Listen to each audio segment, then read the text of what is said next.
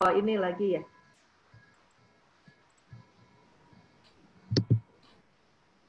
Terima kasih untuk kehadirannya. Selamat malam juga kepada teman-teman mahasiswa dari kelas MSDM, kelas A, B, C, D, E, F, sampai F pada dan kelasnya. Alhamdulillah banyak ya. Ya, alhamdulillah. Ya, hari ini kita mendapat kesempatan yang luar biasa karena kehadiran Pak Dadang di tengah-tengah kita nih. Pak Dadang Budiaji ini bukan orang sembarangan nih, tapi yang luar biasa. Bisa Pengalamannya, jam terbangnya berkarir di bidang SDM juga sudah lama ya, hitungannya sudah sangat lama ya. Jadi jam terbangnya sudah cukup sekali gitu sebagai ahli SDM. Baru 30 tahun. Ya, berapa? Baru 30 tahun. 30 tahun, wah luar biasa nih ya. Nah, makanya nanti Pak Dadang akan memperkenalkan diri sendiri ya, Pak. Sudah ada di slide sudah ada. Oh, di slide ya.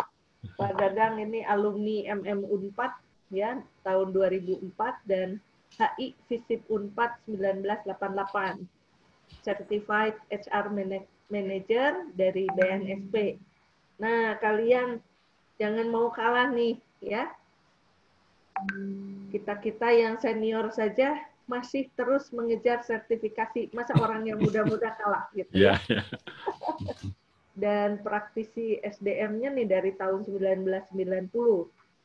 Selain berkarir di perusahaan, Pak Dadang juga mengajar dan menjadi trainer serta konsultan SDM ya.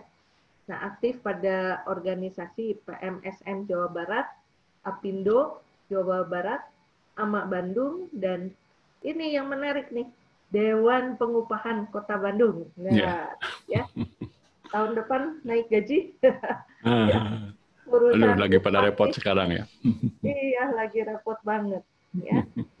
Nah, yang paling pertama tentunya terima kasih Pak Dadang. Ya, kami sangat berharap untuk mendapatkan pengetahuan praktis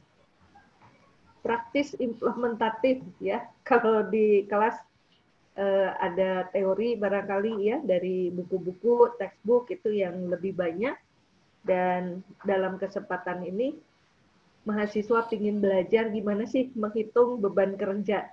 Saya udah kasih tugas juga untuk menyusun perencanaan SDM, nah tapi ilmunya masih kurang nih. Jadi malam ini ditambah supaya juga bisa bikin tugas. Demikian singkat saja, tidak panjang lebar. Mari kita sama-sama mendengarkan paparan dari Pak Dadang. Ya, silakan open saja kameranya, tapi mic-nya tolong dimatikan supaya tidak mengganggu lalu lintas suara. Terima kasih, silakan Pak Dadang. Baik, terima kasih Bu Bano. Rekan-rekan dan adik-adik mahasiswa semua, selamat malam. Salam sejahtera buat kita semua. Satu kesempatan yang luar biasa. Sekali-kali saya juga suka ngajar sebenarnya di Unpar ya. Bantu Bu Bano juga nih. Terakhir saya pegang kelas hubungan industrial ya. Ya seperti saya pegang hubungan industrial juga di MM Unpad juga ya, dengan rekan-rekan yang lain dari Apindo, dari pembina di Unpad.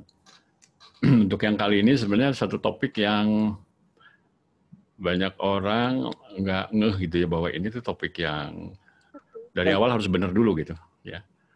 Kalau enggak nanti ke depannya bisa salah. Terutama dalam head count. Head count apa? Menghitung kepala, menghitung orang harus ada berapa gitu ya. Dan ini ternyata bisa mengarahnya kemana-mana ini. Bisa ke estimasi biaya produksi, dan estimasi kalau kita mau deal harga gitu ya, kalau kita bisnis itu. Basisnya justru ini, gitu, ya, basisnya. Analisis beban kerja ini. Ya. Nah, Saya mencoba sedikit juga merujuk ke SKKNI ya, karena di SKKNI MSDM juga analisis beban kerja juga masuk menjadi salah satu unit kompetensi. Tapi saya coba sesuaikan dengan karakter audiens gitu ya. Jadi kalau di SKKNI kan itu mengarahnya kepada orang yang sudah masuk di perusahaan gitu ya. Sehingga kebanyakan sih dianggapnya udah built-in ya. Built-in sudah ada SOP di sana begitu ya. Jadi ini kayaknya saya harus kembali ke konsep dasar dulu. Nah, Anda pasti udah terima handout dari saya. Saya udah kasih beberapa contoh, dan saya berharap sebenarnya dari adik-adik mahasiswa ini juga mengajukan pertanyaan, satu contoh kasus. Karena industri itu kan banyak ya, Bu Bano ya. Ada yang outputnya barang, ada yang outputnya jasa, begitu kan. Ada yang sifatnya manufaktur, ada yang sifatnya marketing, gitu, beraneka ragam, gitu ya. Sekalipun sebenarnya kalau kembali ke konsep, pattern atau konsep dasarnya sebenarnya sama saja sebenarnya. Yang beda kan hanya masalah nanti metode atau pendekatannya mau apa, gitu ya. Baik, apa yang mau kita tuju ini sebenarnya sederhana aja, ada 3 ya. Mudah-mudahan ini kita bisa capai sebagai learning objektif dari sesi kita malam ini. Pertama, diharapkan bahwa mahasiswa bisa melakukan pengukuran waktu yang dibutuhkan untuk menyelesaikan satu pekerjaan dalam satu rangkaian proses kerja tertentu. Ya. Nah, yang ini tuh sebenarnya kalau mau lebih analitik dan rinci, ini tuh sebenarnya larinya kepada time study sebenarnya. Ya. Yang biasanya kalau anak-anak teknik industri ini memang harus ngelotok ini time study itu, ya, atau studi waktu. Ya.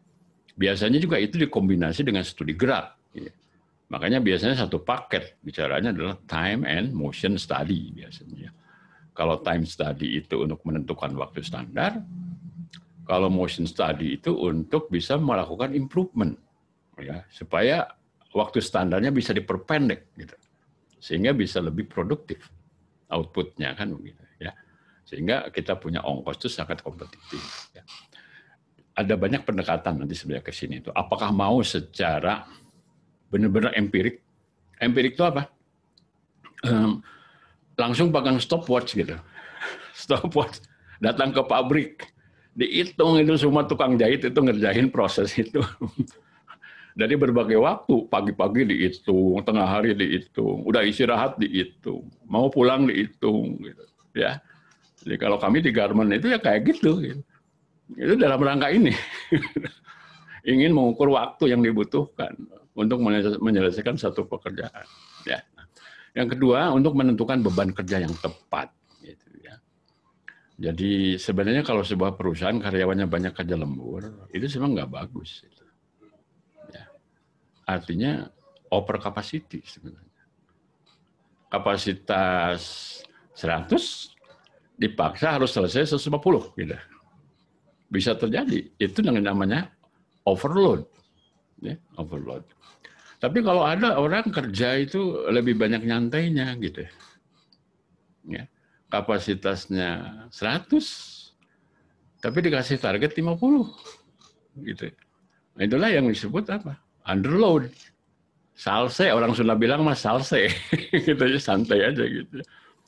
Tapi apa dampaknya? Orangnya mungkin senang-senang aja kan gitu. Santai aja, nggak dikejar-kejar target kan gitu. Tapi yang babak belur perusahaan. Kenapa? Ongkosnya jadi mahal. Iya nggak jadi mahal. Bisa 2 kali lipat gitu ya dibandingkan dengan kompetitor gitu ya.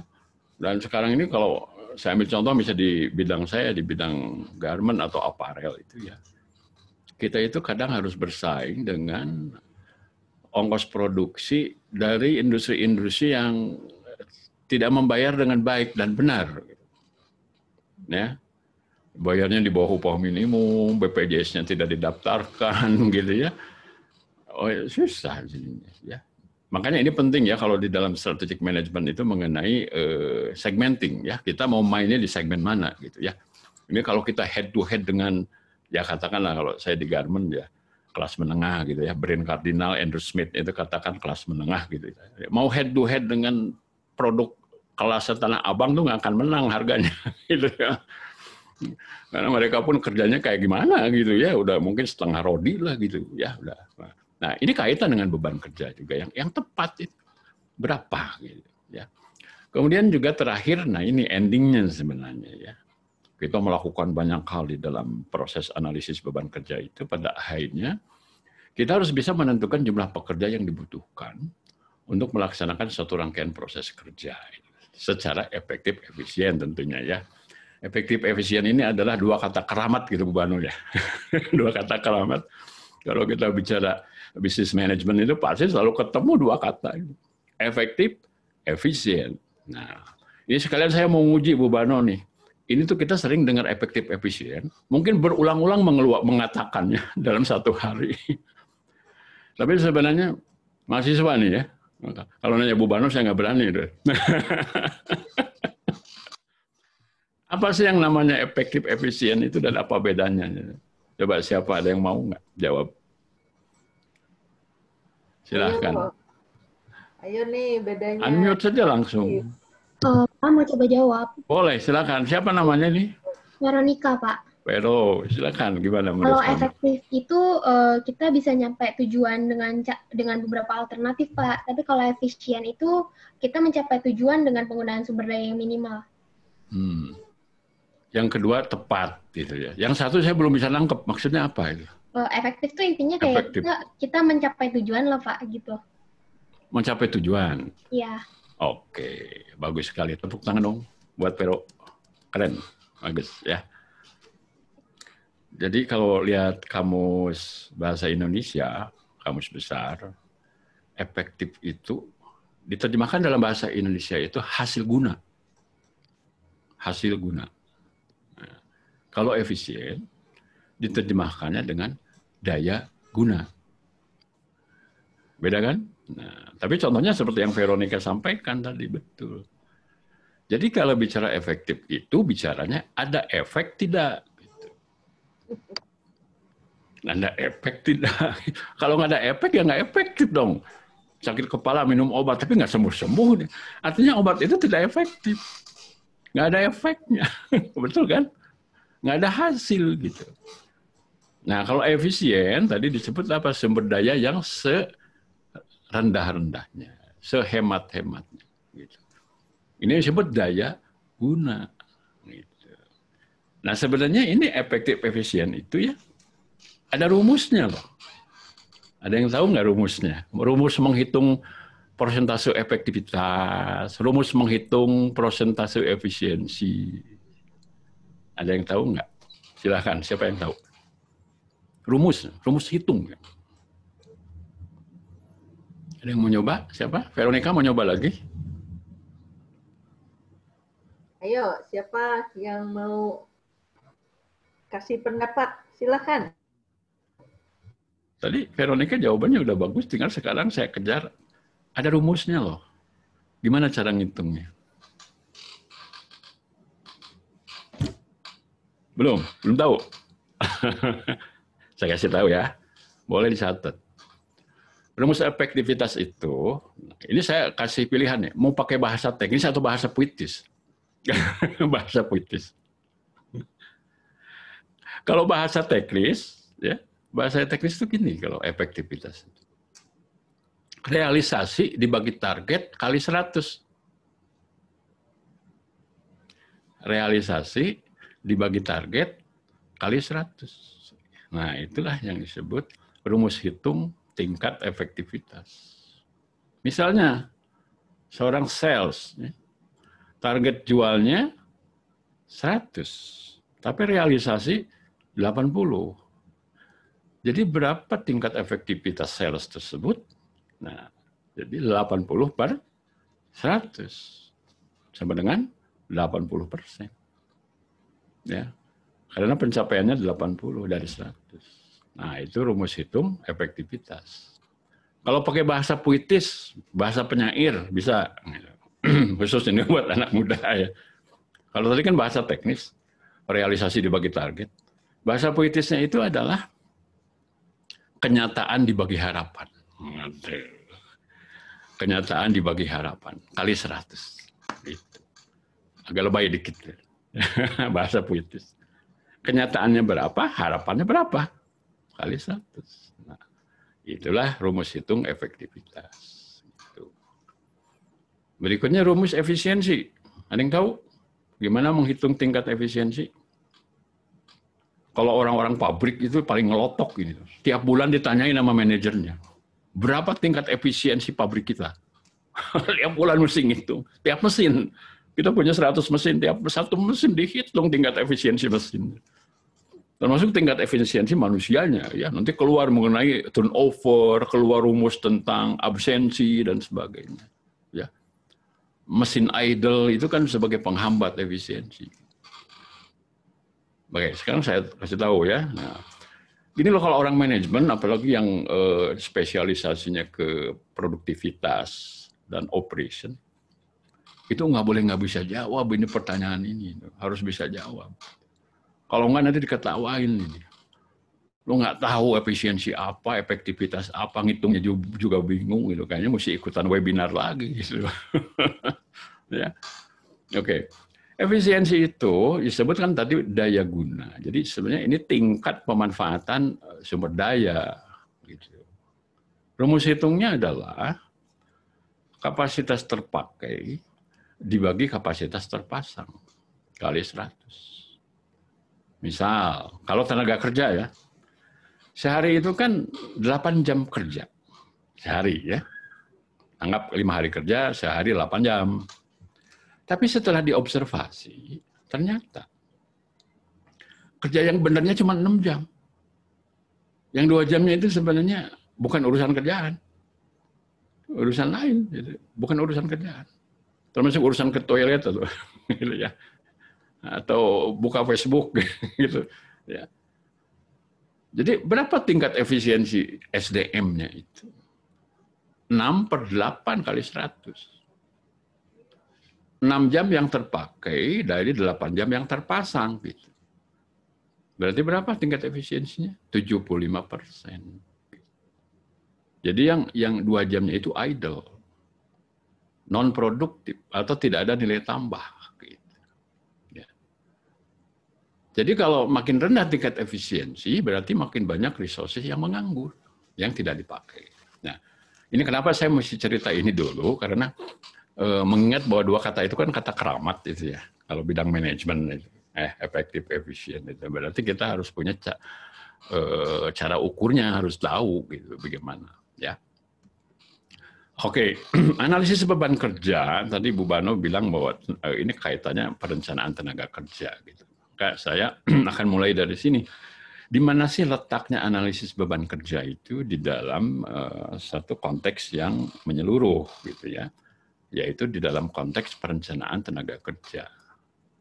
Nah, ternyata perencanaan tenaga kerja itu kan itu adalah proses untuk menentukan jumlah dan jenis orang yang akan kita butuhkan di masa datang pada periode tertentu. Nah, itu definisi perencanaan tenaga kerja.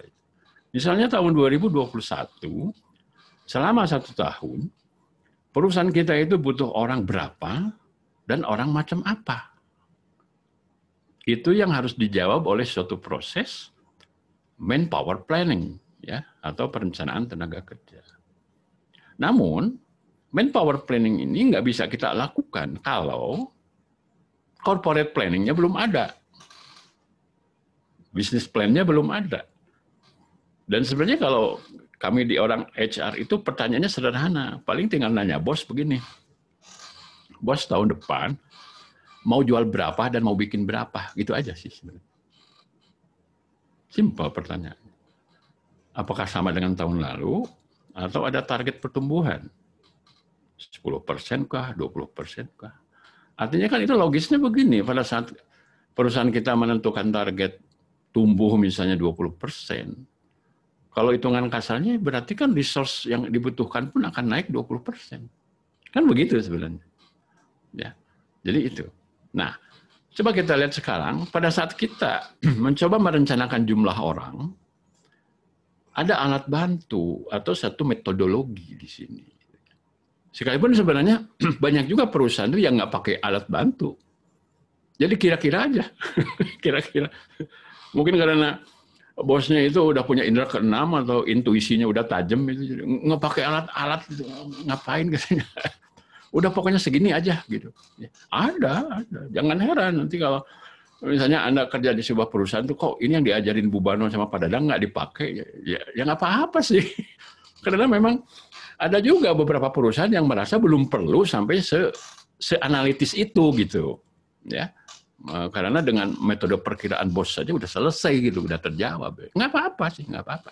Cuma begini, makin besar perusahaan itu, makin kompleks organisasinya, ya, maka alat-alat bantu ini mau nggak mau diperlukan, gitu, supaya tidak salah hitung, ya.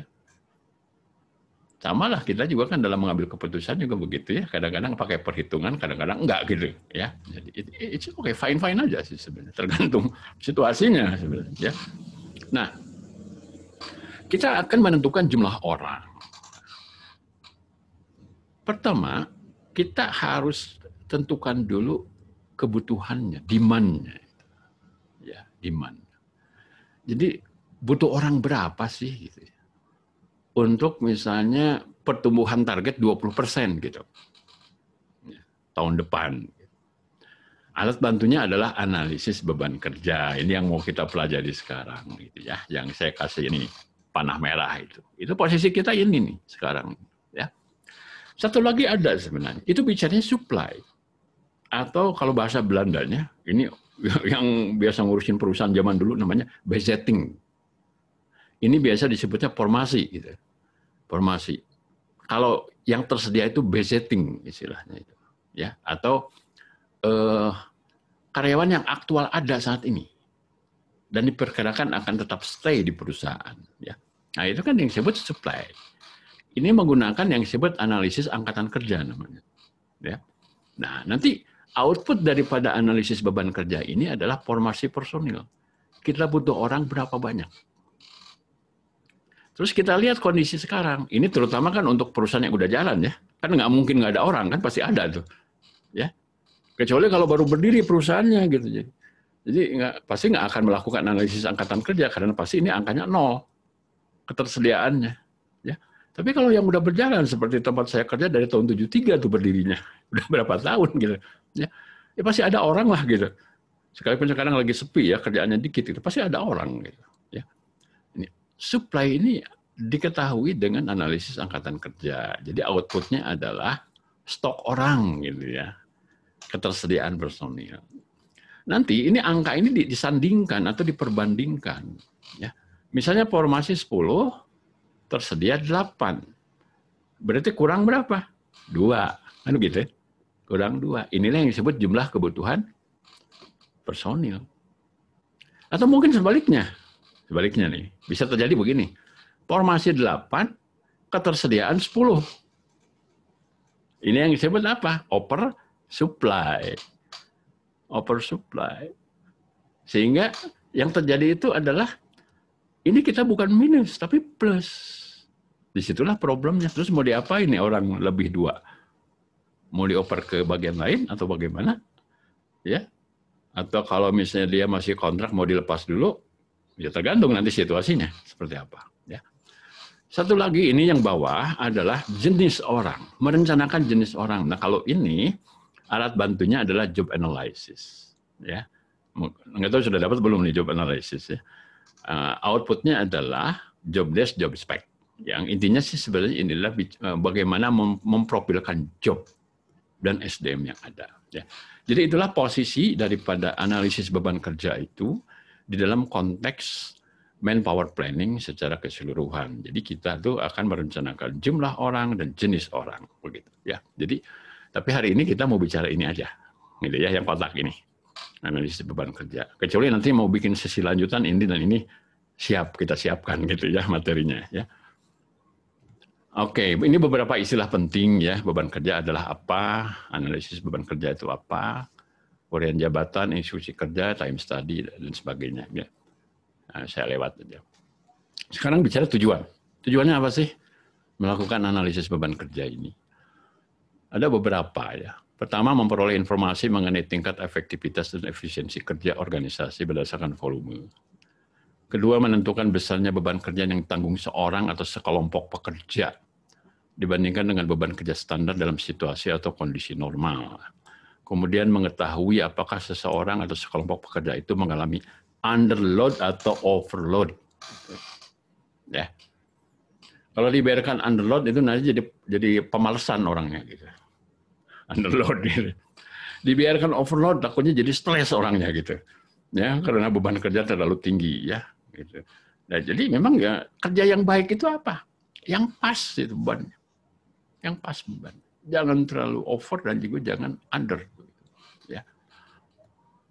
Tahapannya. Nah, inilah sebenarnya yang mau kita coba jelaskan tahap-tahapannya apa saja. Kita bikin sederhana aja gitu ya. Pertama adalah menentukan posisi yang akan diukur. Kalau perusahaan gede, posisi atau jabatan itu kan bisa ratusan. Banyak banget. Pertanyaannya, mau diukur semua? Ya idealnya diukur semua. Tapi mungkin kita ada prioritas. Mana dulu gitu.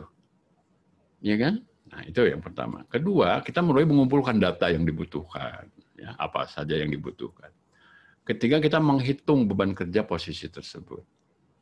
Keempat, kita menentukan tingkat efisiensi jabatannya. Nanti akan keluar underload, overload gitu. Ya.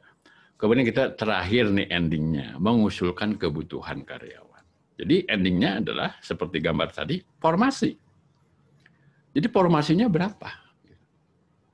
Sehingga kita bisa mengajukan ke direksi itu, ini hasil analisis beban kerja, ternyata misalnya kita nggak ada kebutuhan nambah orang, gitu misalnya ya, sudah pas. Atau mungkin karena ada kenaikan target, kita masih ada kekurangan orang. Ya. Oke, kita lihat. Yang pertama dulu nih, menentukan posisi yang akan diukur. Jadi ini saya bicara tentang kategori dan prioritas. Ya. Nah, ternyata di dalam perusahaan itu ya, ada 4 kategori pekerjaan. Ya. Ini yang horizontal itu dampak bisnisnya. Low, high. Ya. Rendah atau tinggi dampak bisnisnya. Kemudian yang vertikal, ini adalah kelangkaannya. Bahwa SDM atau yang mengisi job-job ini tuh langka enggak. Gitu. Makin ke bawah makin enggak langka. Banyak tersedia di market. Makin ke atas makin langka. Ya, tergolong manusia-manusia langka. Nah, kalau pandangan saya, yang harus jadi prioritas itu, ini saya udah kasih nomor nih. Nomor 1. Ini dulu. Kenapa? Karena dampak bisnisnya itu tinggi. Ya. Dampak bisnisnya tinggi. Dan dia merupakan level pelaksana. Dan ini kuantitatif sifatnya. Ya, jadi kategori yang lain makin ke atas adalah kategori pemikir atau kualitatif. Kenapa ini perlu diukur lebih dulu? Karena ini jumlahnya, pasukannya paling banyak di perusahaan itu.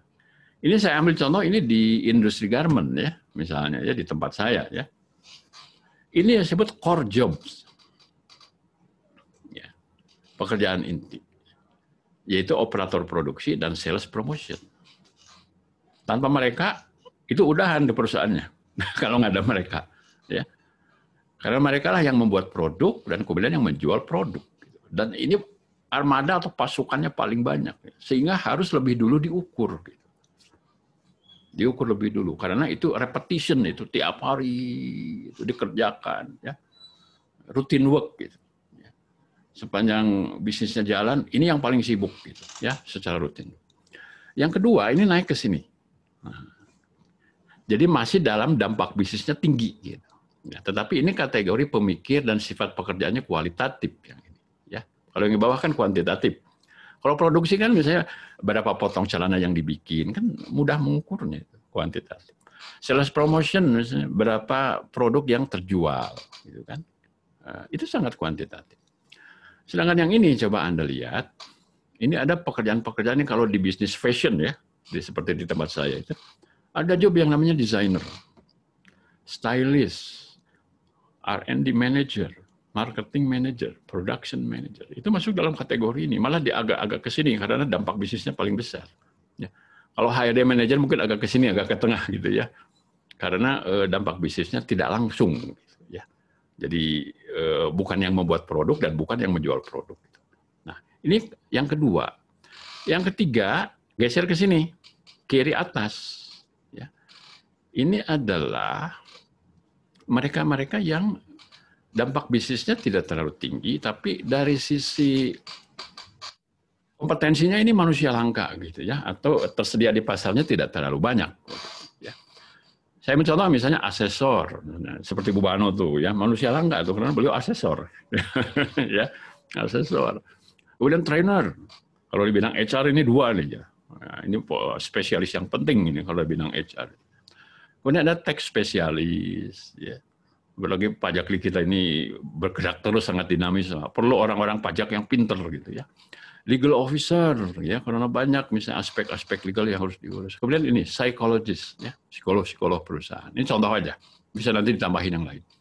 Terakhir baru yang ini itu kan dua-duanya rendah ya, dampak bisnisnya rendah dan juga tidak terlalu langka, gitu. Dan masih kategorinya pelaksana. Gitu. Saya ambil contoh misalnya kalau di HR itu ada payroll staff, ya, kemudian secara umum di departemen-departemen lain, ya, itu ada admin staff. Gitu, ya. Jadi pertama kita bergeraknya dari yang kelompok 1 dulu, baru 2, 3, dan 4. Gitu, ya. Next, kita mulai kumpulkan dokumen dan data yang dibutuhkan. Jadi kalau di perusahaan itu, sebelum kita melakukan analisis beban kerja, maka supaya analisis beban kerjanya itu akurat atau tidak hanya duga-duga gitu ya, maka kita harus kumpulkan ini semua nih. Mulai dari alur proses bisnis, ya. Semacam apa ya, manual dan prosedur, ya, terutama dari proses pokok, dari mulai gudang bahan sampai gudang jadi, gitu ya. Nah, terus penjualan, nah, itu seperti apa rangkaian prosesnya. Ya, kalau di ISO 9000 itu kan manual dan prosedur namanya itu, ya, alur proses bisnis. Kemudian struktur organisasi, nah ini standar lah, hampir nggak ada lah perusahaan yang nggak punya struktur, udah pasti gitu ya. Tapi perkara strukturnya udah benar atau enggak ya kita nggak tahu, ya mesti direview juga. Gitu ya. Tapi kalau alur proses bisnis banyak juga perusahaan yang belum susun sebenarnya. Tapi struktur punya, ya. Tapi alur proses bisnisnya banyak juga mungkin yang belum bikin, gitu. Apalagi di perusahaan itu belum ada departemen sistem, ya. Jadi mungkin belum kebayang gitu harus bikin flowchart kayak gitu kan, ya. Nah kemudian masuk ke uraian jabatan, job desk, ya. Biasanya satu paket dengan job spec sebenarnya, ya. Job desk, job spec itu satu paket, ya. Kemudian ada nih yang lebih rinci, instruksi kerja. Kalau dalam bahasa Inggrisnya adalah works instruction, WI, ya. Kalau di Indonesiakannya IK, instruksi kerja. Ini di dalam quality system ini populer ini sebenarnya. Hampir nggak mungkin orang yang belajar quality system nggak ngerti ini gitu. Mestinya tahu gitu ya. Instruksi kerja itu gini. Di dalam suatu jabatan itu misalnya ada 10 tugas. Ya, 10 tugas. Nah, setiap tugas itu ada petunjuk cara melakukannya. Petunjuk cara melakukan tugas itulah yang disebut instruksi kerja. Gitu. Misalnya, cara bongkar mesin. Tugasnya adalah membongkar mesin yang akan diperbaiki. Nah, nanti ada instruksi kerjanya. Cara membongkarnya bagaimana, yang baik dan benar, dan aman. Nah, itu yang disebut instruksi kerja, ya. Dan itu nanti kaitan dengan analisis beban kerja itu bisa dihitung cycle time-nya. Kalau ngebongkar mesin yang mau diperbaiki itu berapa menit, gitu, atau lebih ekstrimnya berapa detik, gitu, ya.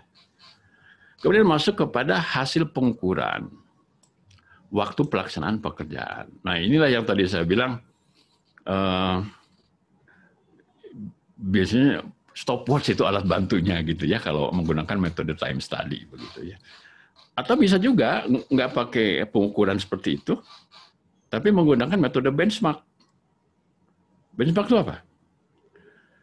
Cari perusahaan lain yang sejenis, yang bagus produktivitasnya. Kita ngikut aja ke dia gitu, nggak usah diukur. Cepet kan? Jadi ini ilmu nyontek gitu. Benchmark itu kan ilmu nyontek sebenarnya, ya nggak? Ilmu nyontek gitu, ya. Cuma gini, banyak orang menggunakan benchmark itu kemudian ketipu. Ketipunya apa? Ternyata tidak apple to apple. Gitu kan? Karena semua elemen produksinya itu harus sama dulu. Produknya. Kayak gini deh. Di saya misalnya ya, satu lini produksi itu 60 orang tukang jahit. Saya mau benchmark ke perusahaan lain misalnya. Tetapi mereka satu line produksi 40 orang. Sinkron nggak? Ya enggak lah. Bisa menyesatkan gitu kalau kita memakai data mereka. Jadi kalau mau jalur cepat menggunakan benchmark, pastikan bahwa semua elemennya itu atau unsurnya itu mirip. Kalaupun nggak sama 100%. Gitu. Jadi nanti akan bicaranya deviasi ya. Nanti deviasinya berapa gitu ya.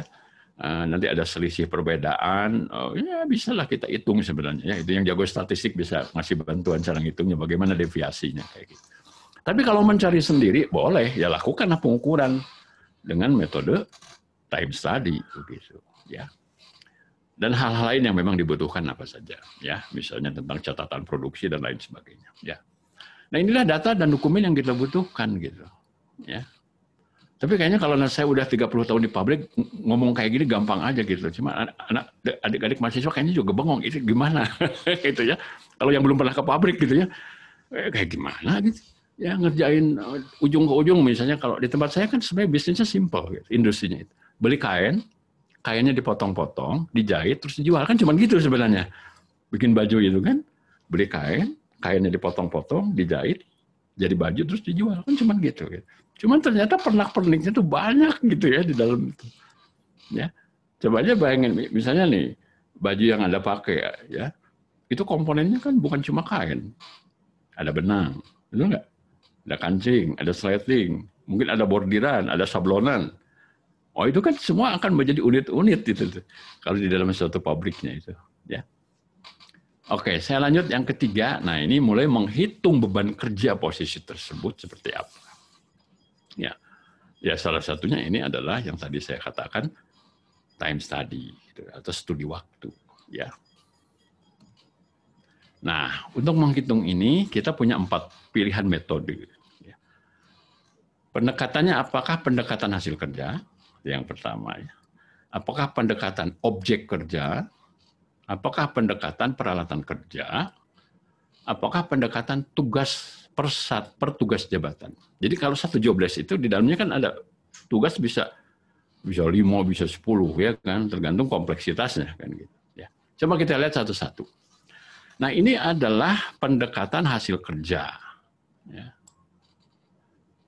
Metode ini dipergunakan untuk jabatan yang hasil kerjanya fisik atau bersifat kebendaan, atau hasil kerja non fisik tetapi dapat dihitung, dapat dikuantifisir. Ya, seperti tadi saya bilang apa? Operator produksi, misalnya tukang jahit misalnya di tempat saya. Ya.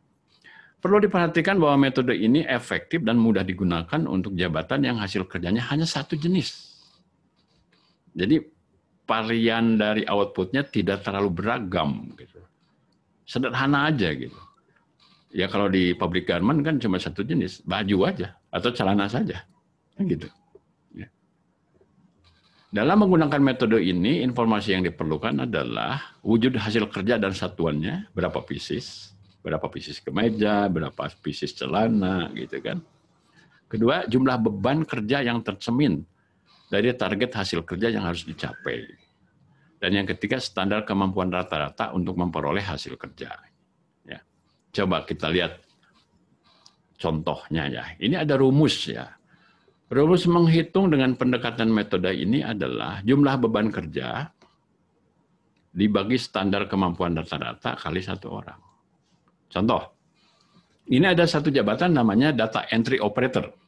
Ya, tukang ngetik lah. Input data gitu ya. Data entry. Beban kerja atau target hasilnya itu adalah 200 data entryan setiap hari. Ya, 200 data entryan. Standar kemampuan entry itu 30 data per hari. Jadi perhitungannya adalah kalau dia dibebani 200 data, ya, dan satu orang itu standar kemampuannya hanya 30, maka sebenarnya diperlukan 6,67 orang. Dibulatkan menjadi 7. Jadi kalau ada beban kerja 200 data entry setiap hari, Ya katakanlah 200 halaman begitu. Ya. Tapi harus selesai sehari. Sedangkan satu orang itu hanya bisa menyelesaikan 30. Maka yang diperlukan adalah 7 orang. Kalau mau selesai 1 hari. Tapi kalau kita nggak mau nambah orang, ya berarti itu akan selesai dalam 7 hari, kan begitu. Dalam 7 hari kerja. Ya, kalau kita nggak akan nambah orang. Tinggalkan kembali kepada target. Ya, ini harus selesainya berapa lama, kan begitu. Ya. Kemudian yang kedua, ini pendekatan objek kerja. Metode ini dipergunakan untuk jabatan yang beban kerjanya bergantung dari jumlah objek yang harus dilayani. Sebagai contoh, administrasi sertifikasi melayani peserta sertifikasi. Maka objek jabatan administrasi sertifikasi adalah peserta sertifikasi. Ya, kalau anak psikolog pasti marah nih, manusia disebut objek ini. Harusnya disebutnya subjek. Tapi nggak apa-apa. Ini saya sebenarnya ambil dari satu regulasi Menpan RB sebenarnya. Di belakang saya tulis itu referensinya di mana ya. Jadi ada regulasi sebenarnya. Ya kalau mau memperdalam ini ada khusus untuk PNS se-Indonesia itu ya, pakai itu gitu panduannya itu. Nah, jadi nggak apa-apa lah gitu ya. Tapi ini nyebutnya objek gitu ya. Sebenarnya kalau orang harusnya disebutnya subjek. Gitu. Nah, banyaknya volume pekerjaan administrasi sertifikasi tersebut dipengaruhi oleh banyaknya peserta sertifikasi. Metode ini memerlukan informasi, pertama wujud objek kerja dan satuannya, jumlah beban kerja yang tercermin dari banyaknya objek yang harus dilayani, dan yang ketiga, standar kemampuan rata-rata untuk melayani objek tersebut. Rumus hitungnya sederhana, objek kerja, jadi ini untuk pendekatan metode ini, objek kerja dibagi standar kemampuan rata-rata kali 1. Ini contoh. Jabatan administrasi sertifikasi, objek kerjanya peserta sertifikasi. Jadi ini sebenarnya orang sebenarnya ya, orang. Beban kerjanya 80 peserta per hari. Standar kemampuan pelayanannya 25 peserta per hari. Maka perhitungannya adalah 80 dibagi 25 kali 1. Jadi diperlukan 3,2 orang administrasi. Dibulatkan menjadi 3. Ya, paling nanti kelebihannya atau kekurangannya ini pakai kerja lembur barangkali gitu ya, lembur lama sekian jam gitu baru selesai. Nah, menghitung yang tadi digunakan mengenai misalnya pakai stopwatch atau pakai benchmark, itu kan sebenarnya adalah untuk menentukan ini loh. Standar kemampuan per orang itu kan harus diukur. Ya salah satunya dengan time study, gitu. Salah satunya. Ya. Yang ketiga, pendekatan peralatan kerja. Metode ini digunakan untuk jabatan yang beban kerjanya bergantung pada peralatan kerjanya. Bagi contoh ya, pengemudi beban kerjanya bergantung pada kebutuhan operasional kendaraan yang harus dikemudikan. Dalam menggunakan metode ini, informasi yang diperlukan adalah satuan alat kerja, jabatan yang diperlukan untuk mengoperasikan alat kerja. Yang ketiga, jumlah alat kerja yang dioperasikan. Keempat, rasio jumlah pegawai per jabatan atau per alat kerja. Ya. Rasio peralatan kerja. Nah, rumus perhitungannya seperti ini. Peralatan kerja per rasio kali 1 orang. Contoh misalnya, ini bis. Jabatan yang diperlukan untuk mengoperasikan bis itu harus ada pengemudi bis, harus ada kernet, harus ada montir. Ya kan? Ini anggaplah ini perusahaan angkutan misalnya. Ya. Jumlah alat kerja yang dioperasikan dia punya 20 bis. Rasio pengoperasian alat kerjanya itu begini. Pasti 1 bis harus 1 pengemudi. Kan nggak mungkin 1 pengemudi bawa 2 bis. Nggak mungkin ya. 1 pengemudi 1 bis dan 1 kernet. Ya. Ini juga sudah ngirit sebenarnya, kadang-kadang juga ada yang kernetnya 2 sebenarnya ya. 1 kernet 1 bis. Dan 1 montir menangani 5 bis. Karena montir kan nggak ikutan jalan dengan bis itu. Dia full di garasi kan, atau di bengkel. Nanti kalau ada yang rusak baru diselesaikan sama dia, atau mau servis atau apa ya. Jumlah pegawai yang diperlukan, maka ini sebenarnya hitungnya gampang kok. Karena tergantung bisnya berapa kan gitu. Ya. 20 bis dibagi 1, ini karena rasionya 1 ya untuk pengemudi ya. Maka perlunya 20. Kernet juga sama. 1 bis, 1 kernet. Ya perlunya 20 kernet.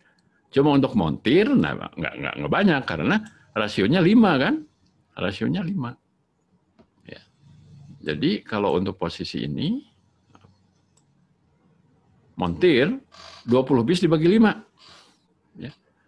Jadi perlunya 4 orang montir. Nah ini contoh perhitungan dengan pendekatan peralatan kerja. Ya. Oke, sekarang lihat yang terakhir. Nah ini sebenarnya yang terakhir yang agak rumit. Perlu waktu. Benar-benar analitis sih. Gitu ya. Untuk pekerjaan-pekerjaan yang memang tugasnya banyak. Gitu. Tidak seperti yang contoh tadi, gitu ya, yang gampang menghitung. Jadi ini adalah pendekatan atau metode tugas per tugas jabatan. Metode ini adalah metode untuk menghitung kebutuhan pegawai pada jabatan yang hasil kerjanya abstrak atau beragam. Hasil beragam artinya hasil kerja dalam jabatan banyak jenisnya. Informasi yang diperlukan untuk dapat menghitung dengan metode ini adalah pertama harus ada job desk beserta jumlah beban untuk setiap tugas. Ya, jadi bukan cuma membuat surat keluar, mengarsipkan surat, tapi harus keluar angka-angka. Kalau nggak keluar angka-angkanya, nggak bisa dihitung. Ya, nggak bisa dihitung. Kemudian waktu penyelesaian tugas. Ini disingkatnya WPT. Ini kolom yang ini ya. Kemudian jumlah waktu kerja efektif per hari rata-rata. Ya, ini yang kita butuhkan data-data ini. Rumus perhitungan tugas per tugas jabatan adalah jumlah waktu penyelesaian tugas dibagi waktu kerja efektif. Contoh misalnya, ya ini ada contoh administrasi umum. Misalnya ada orang sebagai admin, ya admin umum. Setelah dilihat di job desk-nya, ternyata ada 7 tugas. Yang 7 malah disebutnya dan seterusnya, 6 lah, ini ada 6 ya. Mengetik surat, bebannya itu 70 lembar sehari, tapi standarnya itu 12 menit per lembar. Nah, ini kan hasil pengukuran nih. Ya, ternyata setiap dia ngetik itu 1 lembarnya 12 menit jatuhnya gitu, ya. Masukin aja angka itu. Ya. Kemudian ini waktu penyelesaian tugas, berarti kan ini dikalikan tuh, ya. Beban tugas itu 70 kali 12 kan? Berarti 840 menit. Kemudian mengagenda surat, ya, mengagenda surat. 24 surat per hari, standar untuk menyelesaikannya 6 menit per surat. Ya, ini dikalikan saja 24 kali 6, 144. Ya. Mengarsip surat, ada 24 surat per hari, setiap mengarsip 1 suratnya 5 menit. Nggak tahu kelamaan apa enggak mengarsip 5 menit ini ya. Kayaknya jauh itu tempat arsipnya itu. Mesti jalannya jauh banget gitu ya, agak di belakang gitu ya. 120 menit. Ini contoh aja sih sebenarnya. Mungkin ada beberapa angka-angka yang agak konyol gitu ya. Melayani tamu, 4 tamu per hari gitu ya. 6 menit per tamu, cepat banget gitu ya. Pasti nggak sempat ngopi nih tamunya, cuma 6 menit gitu ya. 24 menit, menyusun laporan daftar hadir, 1 laporan per hari, dan seterusnya. Sehingga total waktunya itu 2.598 menit.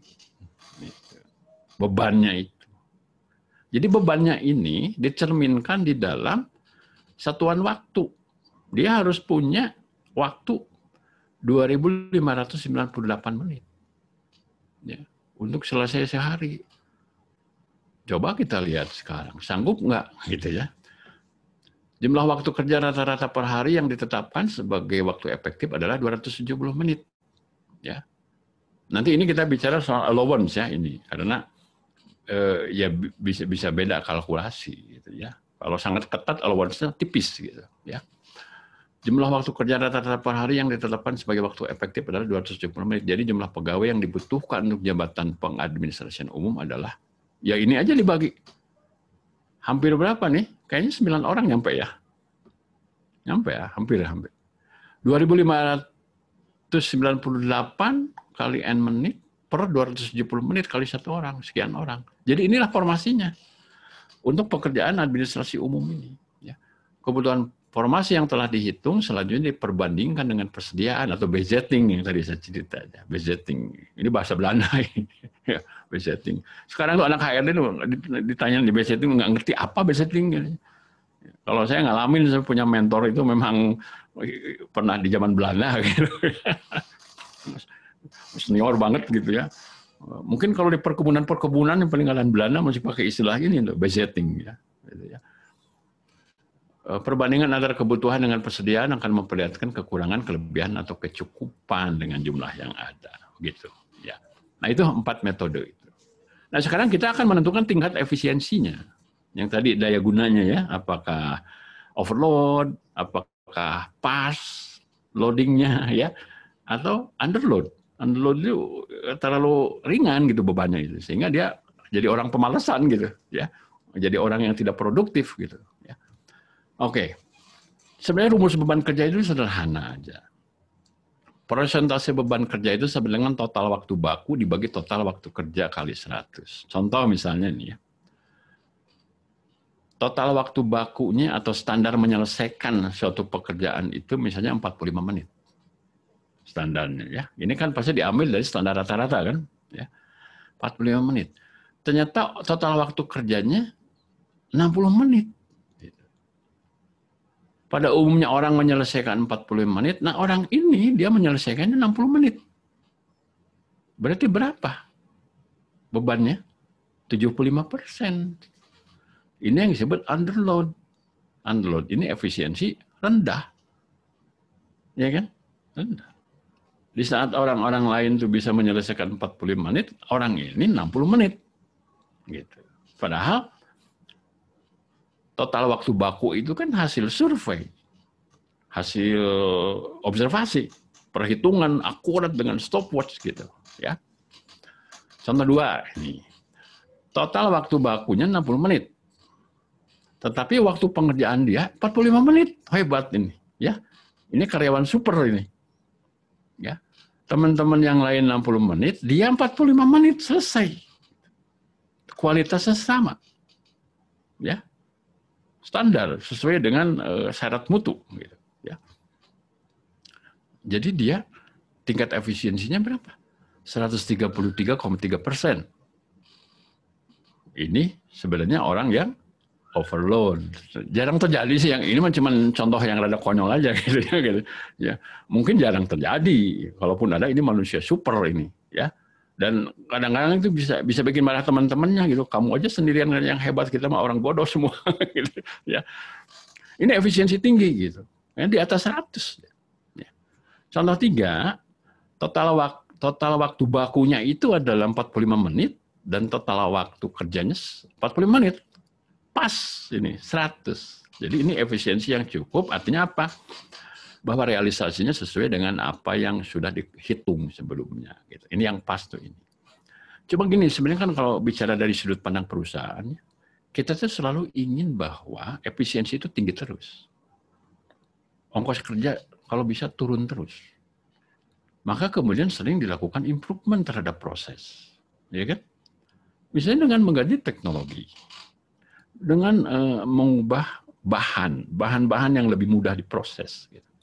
Atau memotong rangkaian proses.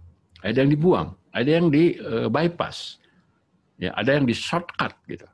Ya, sehingga kemudian menjadi lebih pendek cycle time-nya. Ya. Nah kalau udah kayak gitu, maka analisis beban kerjanya mesti diulang lagi, time study-nya diulang lagi, gitu. Ya, saya pernah mengalami, ya, dulu itu malah saya masukin dalam tesis S2 saya. Gitu. Tesis S2 saya itu produktivitas, ya. Ada 4 project yang saya lakukan dalam 2 tahun, itu saya bikin jadi tesis. Ya. Dan masuk juara 3 nasional di Universitas Airlangga itu. Ya. Mewakili Unpad itu. Satu-satunya dari Unpad yang menang masuk finalnya cuma tesis punya saya gitu. Ya. Nah, topiknya produktivitas. Ya. Salah satunya adalah kami pernah melakukan treatment terhadap suatu proses produksi. Karena di kami itu upahnya by output, borongan gitu ya, by out. Kami melihat ini masih mahal ongkosnya, gitu. Sehingga kami dengan tim produksi itu melakukan satu treatment. Sederhana sebenarnya treatmentnya begini.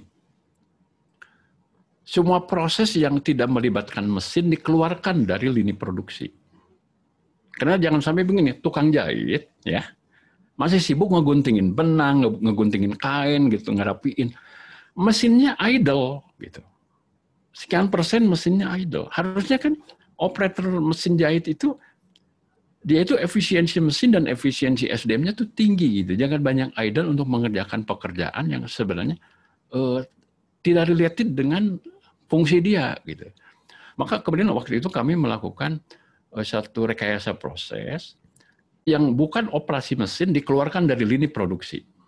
Dikeluarkan gitu ya. Memang nama orang ya. Ada juga yang nama mesin. Seketika ya setelah kami melakukan treatment itu, produktivitas itu naik 200%. Seketika naik 200%. Deng, gitu. Tapi kemudian kita akhirnya kan melakukan adjustment tarif kan, diturunin kan tarifnya. Nah ini hubungan industrial masuk, komplain anak-anak gitu. Kenapa katanya tarif diturunin gitu? Ya diturunin lah, kamu memang juga sekarang dapatnya lebih dari yang biasanya. Oh sampai meeting berkali-kali untuk memberikan satu pemahaman bahwa produktivitas naik 2 kali lipat itu bukan karena kamu yang hebat gitu. Tapi kita melakukan re-engineering proses. Dengan menambah mesin dan menambah orang. Dan mengatur kembali mengenai pekerjaan itu seperti apa. Ini contoh aja gitu ya. Contoh yang pernah saya alami ya. Oke, berikutnya kalau bicara jenis waktu ya ini kalau kaitan time study itu ada yang namanya waktu siklus, yaitu hasil pengukuran langsung setiap proses demi proses. Jadi kalau di lapangan ini kita ngukur deh. Ngukur proses jahit, saya punya 60 orang tukang jahit misalnya dari mulai masuk sampai keluar ada 60 proses, setiap proses kita ukur. Ya. Oh, nyambung badan, pasang kerah, pasang kancing dan sebagainya itu dipecah-pecah itu diukur satu-satu, ya kan? Dan ya waktu pun bisa pagi, siang, sore gitu ya. Nah, samplingnya yang mana itu nanti ada metodologinya. Ini orang-orang teknik industri yang lebih hafal teknis gitu. Kemudian ada waktu normal ya. Waktu normal itu adalah waktu kerja yang telah mendapat faktor penyesuaian. Jadi begini, 8 jam kerja itu kan sebenarnya nggak 8 jam seluruhnya kerja. Maka harus ada yang namanya allowance atau faktor penyesuaian ya. Tinggal sekarang mau berapa persen pakainya ya. Di Indonesia dengan Jepang dan Singapura tentu beda gitu ya dari behaviornya punya ya sekalipun ada pakem misalnya udah pakai rata-rata umumnya pakai 20% gitu misalnya ya. Untuk PNS nggak tahu kayaknya lebih gede lagi gitu allowance-nya itu ya. Kemudian yang ketiga waktu baku atau standar yaitu waktu keseluruhan yang diperlukan untuk menyelesaikan suatu produk. Jadi dari poin by poin yang di poin 1 ini digabungkan itu jadinya di sini gitu. Ya, waktu baku. Setelah dihitung semua, gitu ya. Kalau di tempat saya itu misalnya ada celana jenis tertentu yang waktu bakunya itu 10.000 detik, gitu misalnya. 10.000 detik. Ya kalau mau dibikin menit, ya tinggal dibagi 60, gitu ya. Jadi sekian menit. Ya. Menentukan waktu baku. Waktu baku adalah waktu yang dibutuhkan secara wajar oleh seorang pekerja normal untuk menyelesaikan suatu pekerjaan yang dijalankan dalam sistem kerja terbaik. Waktu baku diperoleh dengan perkalian antara waktu normal dengan persentase kelonggaran. Kegunaan waktu baku antara lain untuk mengetahui produktivitas dari proses, apakah sudah optimal atau tidak, menentukan target per jam atau sehari, menentukan kapasitas, ya, dan menentukan harga jual. Jadi ini bisa kemana-mana arahnya, ya, kebutuhannya. Waktu baku itu ya yang ini tadi. Nah ini kan waktu baku ini. Jadi udah tahu lah pokoknya mengerjakan ini tuh sekian menit atau sekian detik gitu. Itu waktu baku, udah hasilnya begitu ya. Mengukur waktu proses. Mengukur waktu proses kerja atau pengukuran waktu merupakan satu teknik untuk mencari lamanya waktu yang dibutuhkan untuk membuat produk sampai tuntas. Dalam teknik pengukuran waktu kita akan mengenal cycle time, standar minute value dan standar allowance minute value ya atau SAM. Pengukuran waktu ini sangat berguna untuk mencari waktu baku suatu proses sehingga dapat memudahkan kita untuk menghitung kapasitas produksi dari suatu lini produksi. Ya, jadi misalnya seperti saya punya 6 lini, satu harinya 600 pieces, ya tinggal dihitung. Sekianlah kapasitasnya. Gitu ya. Kalau ada order melebihi itu, mungkin bisa di-cover oleh kerja lembur atau saya harus membentuk line baru, kan begitu. Ya. Nah ini contoh aja line balancing worksheet. Ini untuk pencatatan ini ya. Ini merupakan laporan hasil analisa pengukuran waktu dilakukan oleh seorang industrial engineering, ya biasanya. Ini di tempat saya ini isinya orang-orang teknik industri ini, ya, dan ahli-ahli manufaktur garment kebanyakan ngambil juga dari diploma 4-nya Sekolah Tinggi Teknologi Tekstil, ya. Itu kan ada diploma 4 garment gitu ya. Jadi memang mereka sekolahnya khusus itu gitu ya. Memang udah jago gitu di bidang diajarinnya kayak gitu. Hasil pengukuran waktu dibuat lembar kerja yang dimaksudkan untuk mempermudah seorang untuk membaca, memahami serta mengimplementasikan hasil analisa tersebut di lini produksi sesuai dengan panduan yang ada dalam laporan line balancing worksheet. Jadi ini jenis mesin, kemudian nama operatornya, prosesnya apa.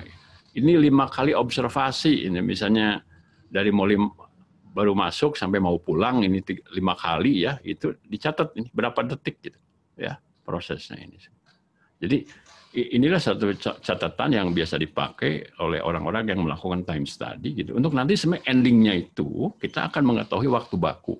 Jadi sepotong celana itu berapa menit gitu waktu prosesnya, ya, sehingga bisa dihitung untuk segala sesuatunya, untuk menghitung kapasitas, menghitung tarif, estimasi ongkos produksi dan sebagainya. Ya. Nah, terakhir ini karena pada akhirnya mengerucutnya analisis beban kerja itu ke sini sebenarnya, ya, mengusulkan kebutuhan karyawan. Dalam menghitung formasi atau kebutuhan pegawai perlu memperhatikan 3 aspek pokok, yaitu beban kerja. Nah ini ya, beban kerjanya berapa banyak, standar kemampuan rata-rata, dan waktu kerja efektif. Dalam hal ini hari kerja efektif dan jam kerja efektif yang dibutuhkan. Dalam perhitungan kebutuhan formasi selanjutnya dibandingkan dengan persediaan atau budgeting pegawai yang ada. Perbandingan antara kebutuhan dengan persediaan akan memperlihatkan kekurangan, kelebihan atau kecukupan dengan jumlah yang ada. Ya, jadi endingnya sebenarnya ke sini. Sekarang kita akan latihan praktek menghitung beban kerja. Nggak tahu udah dikerjain belum dulu latihannya nih? Ada yang udah ngerjain? Ayo dijawab dulu nih, udah dikerjain belum? Nanti akurin gitu, sama enggak gitu angkanya, ya, butuh berapa, gitu kan? Sampai kepada budget kan, gitu. Ya. Nah ini contoh kan, ini contoh di tempat saya ini, ya. Ini kerjaan sehari-hari kayak gini, ya, terutama dengan teman-teman di engineering, ya, engineering. Dan diproduksi, diketahui. Nah, jadi biasalah kalau kayak soal matematika kan gitu ya, Bu Bano. Ya, diketahui terus ditanyakan, diketahui terus ditanyakan kan begitu ya. Ingat saya waktu SMA begitu tuh banyak soal-soal yang kayak gitu ya. Termasuk fisika ya, diketahui misalnya gini terus ditanyakan berapa gitu gayanya atau berapa tekanan dan seterusnya gitu kan. Diketahui beban kerja atau targetnya itu bahwa sebuah perusahaan garment memperoleh pesanan 10.000 pieces celana jeans yang harus selesai dalam waktu 10 hari kerja. 10 hari kerja ya, bukan 10 hari kalender gitu ya. Nah, seminggu kan cuma 5 hari, berarti ini 2 minggu nih ya. Baru kelar gitu.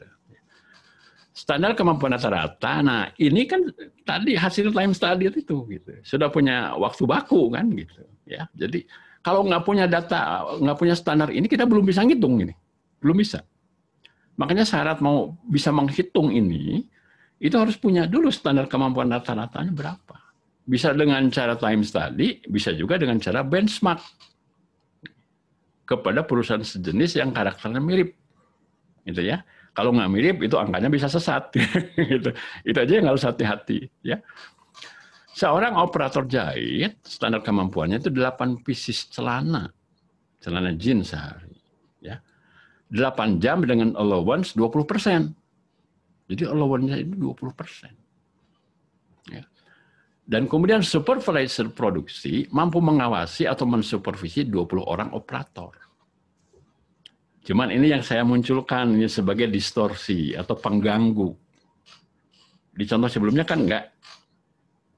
Ini, ya kalau kecil sih abaikan aja nggak apa-apa. Tapi kalau cukup gede, ini mengganggu. Apalagi untuk mass production. Satu operator pasang kerah nggak hadir aja, ya nanti kemejanya nggak ada kerahnya, kan gitu ya. Ya berarti kan harus disiapkan pengganti dong, ya nggak? Kalau nggak nanti, oh kenapa kemeja yang hari ini kok nggak ada kerahnya atau nggak ada kancingnya, operatornya nggak masuk, gitu. Kan nggak bisa begitu gitu ya, nggak bisa jawaban konyol kayak gitu kan gitu ya. Tingkat absensi 4%. Jadi maksudnya begini, kalau tingkat absensi 4% itu Dari 100 orang karyawan, 4 orang nggak masuk. Ya, 4 orang itu kan harus kita pikirin backupnya bagaimana. Betul nggak? Backupnya bagaimana? Dan pasti itu akan mengganggu produktivitas juga. Selain mungkin ada yang terganggu tuntas enggaknya gitu ya. Nah, yang ditanyakan adalah berapa operator jahit dan supervisor yang diperlukan. Kemudian berapa budget upah. Nah, ini larinya ke pengupahan. Berapa budget upah yang diperlukan jika operator jahit harus memperoleh 110% upah minimum dengan asumsi upah minimum 3 juta. Berarti kalau 110% berapa? 3,3 juta kan per bulannya gitu ya. Dan supervisor produksi harus memperoleh 150% UMK. Jadi standar untuk gaji supervisor itu adalah 4,5 juta misalnya sebulan. Tapi kan ini sebenarnya untuk pekerjaan 10 hari, ya. Karena targetnya 10 hari, 10.000 pieces. Oke, itu soalnya. Ada yang udah mengerjakan? Belum. Udah coba ngitung tadi, Pak. Iya, gimana? Berapa tuh? Kalau dari perhitungan saya, ya. Boleh open kameranya? Boleh, silakan. Boleh, Bu. Ini saya pause dulu ya, screen sharingnya ya.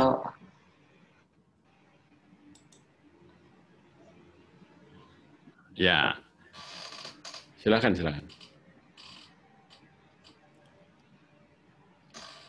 Kalau siapa dari nih? Belum kenalan dulu saya, nih. Itu Hansen, Pak. Sebutkan dulu Hansen namanya. Namanya Hansen, Pak. Hansen Yovan Yunata, Pak. Iya. Tapi belum muncul nih, yang mana ya? Mungkin di layar mesti diatur yang tampilan screen. Ini nih. Hansen ya? Gimana? Sok, lanjutin, silakan. Ya, gimana? Kalau dari yang saya hitung itu, jadi 10.000 pieces per 10 hari kerja. Berarti untuk satu harinya itu minimal mereka harus memproduksi 1.000. 1.000, sedangkan untuk satu operator mereka bisa menghasilkan 8 pieces per hari selama 8 jam. Berarti kalau, mau tanya kalau ini allowance-nya itu apakah dipakai, Pak, dalam perhitungan? Atau itu memang langsung 8, kalau dipakai berarti saya asumsikan satu pieces itu 1 jam. Boleh begitu? Sehari kan 8 jam ya. 8 jam. Berarti yang bisa dipakai itu didiskon dulu 20%. Didiskon dulu. Ya, berarti 6,4 jam per hari. Ya, dikurangi ya. Betul. Bisa dikonversi ke menit itu. Nah, itu hasil produksi. Itu hasil produksinya tetap 8 atau berkurang, Pak? Akan berkurang. Karena kan waktu bakunya. Oke, kalau berkurang. Atas standar kemampuannya itu adalah sehari 8. Ya. Enggak, langsung aja. Udah berapa angkanya? Perlu operatornya berapa orang? Saya dapat 125 orang. Kalau absen 4% berarti butuh 5 orang tambahan. 130 orang. Mirip tuh angkanya, mirip. Rupiahnya udah ketemu?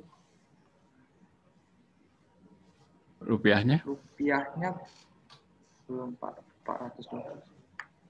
429 juta. Berarti 3,3 juta dikali 130 orang. Berapa? 400. Tapi mendekati kok ini hitungannya. 429 juta itu untuk operator jahit.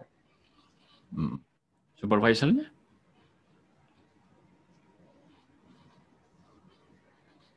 Kalau 130 orang berarti perlu sekitar 7 orang, Pak, untuk supervisor. 7 atau 6 orang. Budgetnya berapa untuk supervisor? Budget upah.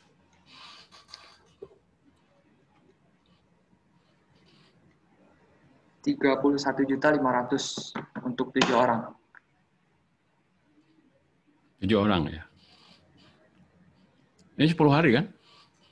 Budget 10 hari kan? Budget 10 hari. Oke. Iya Pak, 10 hari. Ini akurin. Nah, tapi udah mendekati kok, mendekati. Coba ini saya kembali share screen ya.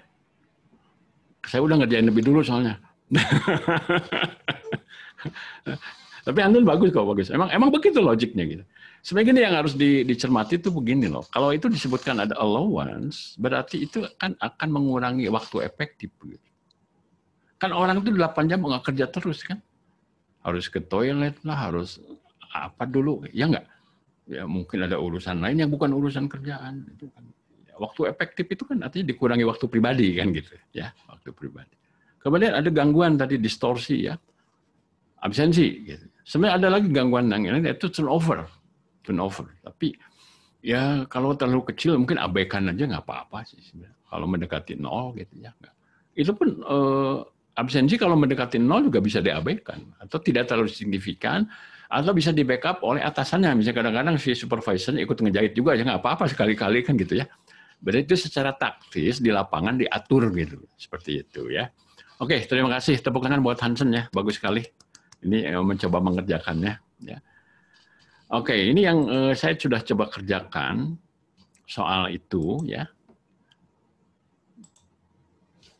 Coba lihat.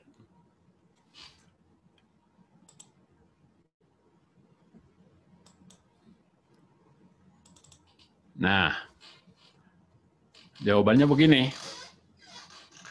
Waktu baku dalam satuan menit untuk satu pieces celana jeans itu ya 8 kali 60, 8 jam, kali 60, ya. 60 itu 60 menit kan? Sehari kan 8 jam, 1 jam 60 menit, kali 80%. Ya. Dibagi 8, sama dengan 48 menit. Gitu. Ya. Jadi kita temukan dulu, oh ternyata waktu baku proses produksi satu celana itu 48 menit. Ya. 384 menit waktu efektif per hari. Gitu. Ya. Jadi ini 384 itu adalah 80% dari 480. Gitu. Ya. Ini yang pertama. Ya. Temukan dulu ininya. Untuk menyelesaikan pesanan 10.000 pieces, diperlukan total waktu baku, ya, 48 menit kali 10.000 pieces. Jadi ketemunya 480.000 menit. Kalau yang ngerjainnya satu orang, ya kan? Kalau yang ngerjainnya satu orang, 480.000 menit. Ya. Tambah 4%. 4% itu apa? Yang tadi kan? Untuk backup yang tadi kalau Hansen nyebutnya apa? Tenaga cadangan gitu ya. Tambahan gitu ya untuk backup yang absen kan begitu. Ya ini dalam kalkulasinya ditambahkan aja di situ ya. Tambah 4%. Jadi yang dibutuhkan itu sebenarnya 499.200 menit. Sama dengan 1.300 hari orang atau man day. Oh ini bisa ketemu ini dari mana angkanya? Ya. Ini kan tinggal dibagi gitu. Jadi berapa man day? Ketemunya 1.300 hari orang, ya. Kan ini tinggal dikonversi saja sebenarnya ke dalam jumlah hari, gitu ya. Satu hari kan itu 8 jam kerja, gitu ya. Nah, target 10 hari ini memerlukan 130 orang operator. Mirip ya angkanya ya, sama ya, 130 dan 7 orang supervisor. Ya, cuma kan supervisor juga diasumsikan bahwa absennya sama gitu 4%. Ya. 130 per 20 karena satu supervisor bisa ngawasi 20 operator ya tambah 4%. Gitu. Jadi jawaban untuk jumlah orangnya perlu 130 operator dan 7 orang supervisor. Ya. Tadi Hansen berapa? 7 orang juga? Sama ya? 7 orang juga supervisornya? Iya Pak. Ya, sama ya. Orang. Tinggal sekarang budget upah. Ya, budget upahnya itu begini. Budget upah operator kan kalau sebulan itu 3.300.000. Ini yang mungkin saya belum cerita bahwa kalau 8 jam sehari, jadi kita konversi dulu kepada upah per hari. itu harus dibagi 21. Ya. Ini rumus, ini ada di Depnakernya, di aturannya ada begini gitu kalau di Undang-Undang Ketenagakerjaan ya. Jadi kalau sehari 8 jam, jadi kerjanya Senin sampai Jumat, itu maka dihitungnya sebulan itu 21 hari kerja gitu. Jadi dibagi 21. Kali 1.300 man-day sama dengan 204.280.714 rupiah. Ini untuk operatornya segini budgetnya. Ya. Sedangkan untuk budget upah supervisor tadi kan 150% ya dari UMK 3 juta. Jadi 4,5 juta dibagi 21 kali 7 kali 10. 10 hari kan? Nah, ketemu angka 15 juta. Gitu. Total budget upah 219.285.714 rupiah. Nah, ini saya kasih catatan berarti atau semacam kesimpulan gitu ya. Ongkos kerja langsung per pieces celana itu adalah 21.928. Ini kalau dalam struktur upah, struktur biaya ya, bukan struktur upah, struktur biaya, ini yang disebut direct cost, direct labor cost. Ya, dianggap bahwa supervisor dengan operatornya itu yang ada di lini produksi itu adalah direct cost. Ya, tapi nanti kan untuk menentukan biaya tenaga kerja harus ditambah biaya overhead kan? Kan manajernya juga mesti digaji, manajernya harus digaji. Nah, nanti masuk juga angka di situ, kemudian biaya lain-lain seperti biaya misalnya apa, biaya jam sostek dan sebagainya kan harus masuk. Gitu. Tapi kalau ini adalah yang disebut variable cost yang sifatnya langsung. Gitu. Ya, demikian ya. Sebelum lanjut ini mohon komen dulu dari Bu Bano nih mengenai yang ini gitu ya. Apakah bisa melengkapi yang sedang dipelajari sekarang? Ya. Silakan Bu Bano. Ya, ini sangat menarik Pak Dadang. Justru sangat membantu dan jadi ada tambahan pengetahuan dan juga keterampilan untuk menghitungnya. Iya. Ini yang memang diperlukan untuk keterampilan lanjutan nantinya. Jadi untuk perencanaan SDM mereka memang perlu, kemudian nanti dipakai lagi untuk fungsi HR lainnya. Ya. Jadi terima kasih nih dikasih materi. Sama-sama. Ya. Ya. Mudah-mudahan cukup membumi gitu ya. Iya, sangat praktis ya. Ya. Dan sudah banyak pertanyaannya nih Pak Dadang. Ya, silakan kita boleh jawab dulu pertanyaan Bu. Ya, silakan Bu. Ya. Ini saya stop dulu share-nya ya. Banyak sekali pertanyaannya. Ya. Mungkin ada berapa ini? 30 barangkali. Jadi disaring saja ya Pak Dadang. Ya, silakan. Perlu semuanya. Nah, saya panggilkan saja ya. Saya panggilkan saja. Nanti silakan kalian mengajukan pertanyaannya ya. Yang pertama saya panggilkan William. Silakan, William. Pertanyaannya apa? Disampaikan. William. Pak, ya. Silakan. William siapa? William siapa? William Andika. Oke. Pak, saya mau nanya Pak. Misalnya kan kalau dalam ini, misalnya dalam perusahaan itu, misalnya adanya penurunan permintaan barang.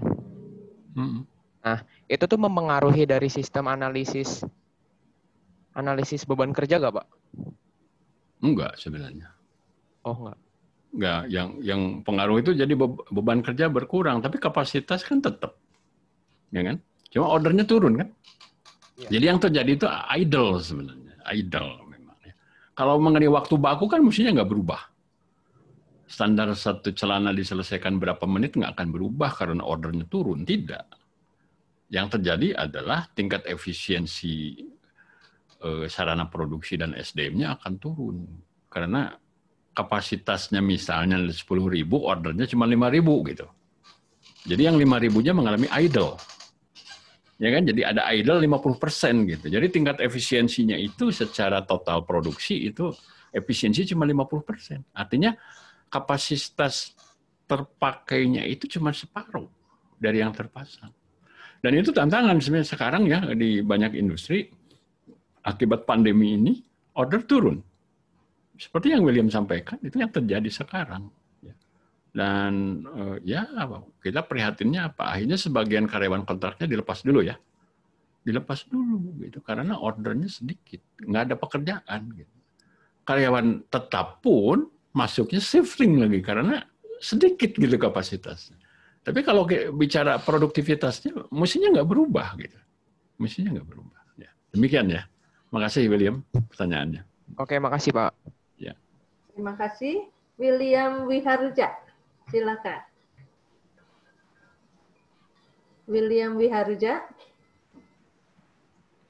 Ya. Nah, silakan. Ya. Di open dulu kameranya.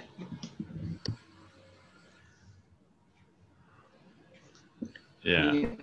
Mau nanya, kalau misalnya beban kerja tuh harus di perusahaan besar juga, atau kayak perusahaan yang masih baru harus tetap ada? Itu aja. Ya. Kedengaran Pak Dadang?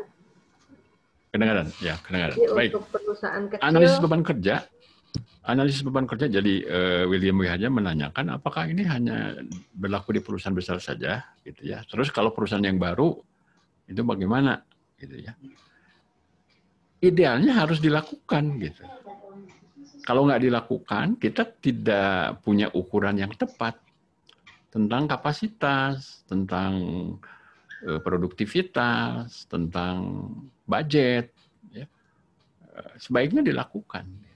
Kalau enggak, minimal ginilah. Nanti kita bingung untuk, misalnya kalau ada yang ngasih order ke kamu, untuk bingung jawabnya berapa ini harganya.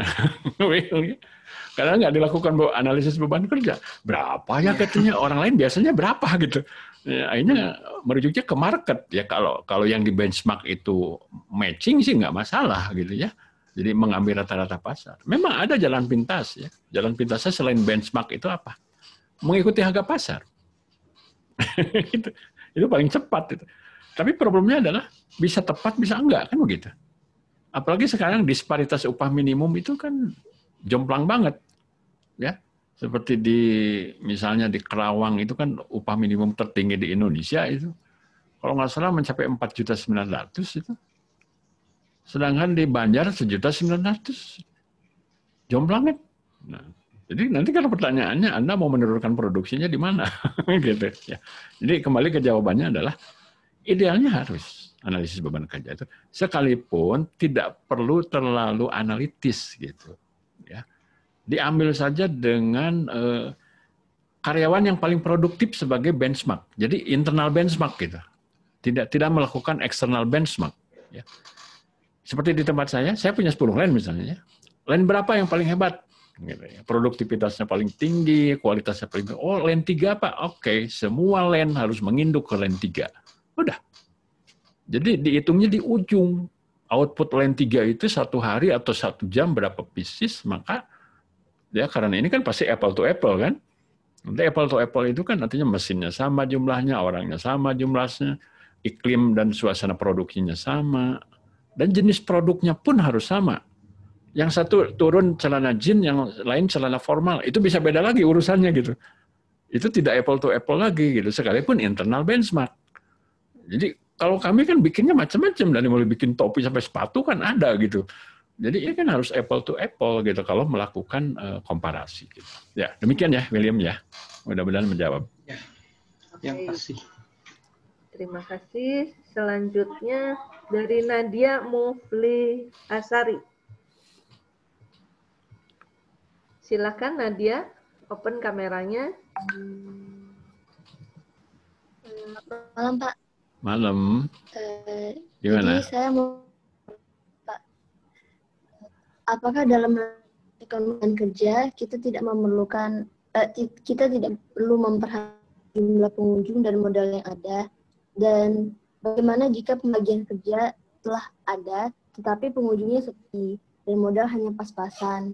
Apakah kita harus beberapa tugas untuk dikerjakan satu orang, padahal orang itu tidak memiliki beberapa kemampuan tersebut, Pak. Bagaimana solusinya? Ya, pertanyaan bagus ini ya. Kalau modal itu, kalau saya melihat modalnya memang prasyarat gitu ya. Kalau ingin satu proses yang produktif, mungkin kita memerlukan investasi kan. Selain investasi manusia juga investasi alat-alat kerja, nah gitu ya, supaya hasilnya pun standar. Jadi untuk best result, best productivity dan best quality itu, maka modal manusia dan modal non manusianya harus ya, cukup layak, gitu ya. Kalau enggak, maka waktu bakunya itu mungkin tidak ideal, gitu ya. Beban kerjanya itu maksudnya tidak kompetitif, ya. Jadi pengaruh pasti ada, gitu ya. Cuma sekarang gimana kalau kita UMKM, misalnya modalnya terbatas. Ya, yang penting sebenarnya untuk kelas kita itu cukup baik. Jadi kalau bicara sesuatu itu baik atau enggak itu ya, komparasinya harus apple to apple. Gitu. Jadi misalnya kalau kelasnya Karina gitu dengan karyawan sekarang total itu bisa 10.000 orang, itu kan nggak bisa dong dikomparasikan dengan konveksi kecil dengan karyawan 50 orang, itu nggak bisa gitu.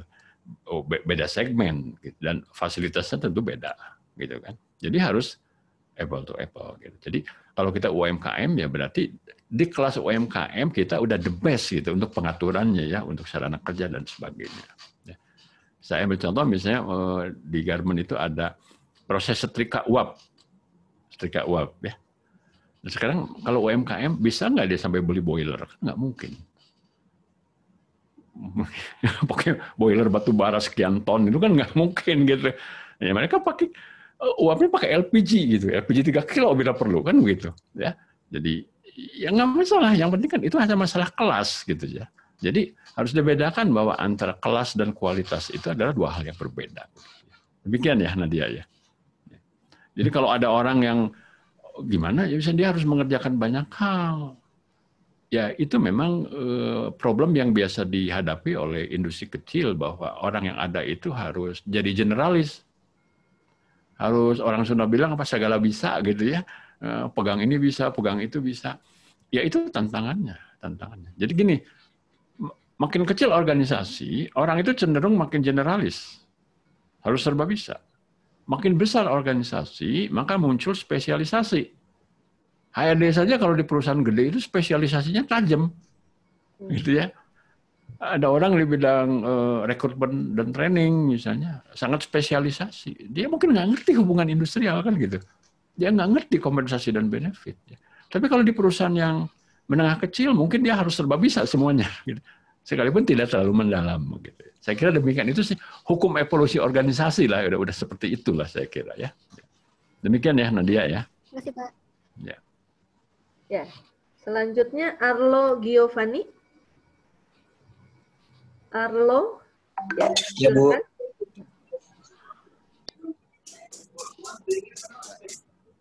Tadi saya bertanya tentang itu Pak.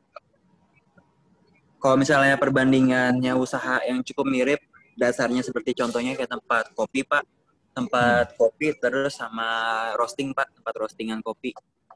Roasting kopi itu maksudnya roastingan beans-nya tuh yang buat keluarin rasa-rasa beans-nya gitu Pak. Ya. Ya. Perbandingannya, jadi itu yang perbandingan yang tadi itu yang apple sama apple Pak, yang pada saat slamming itu Pak. Ya. Maksudnya kalau untuk di warung kopi itu gimana gitu? Iya. Cari bandingannya? Iya.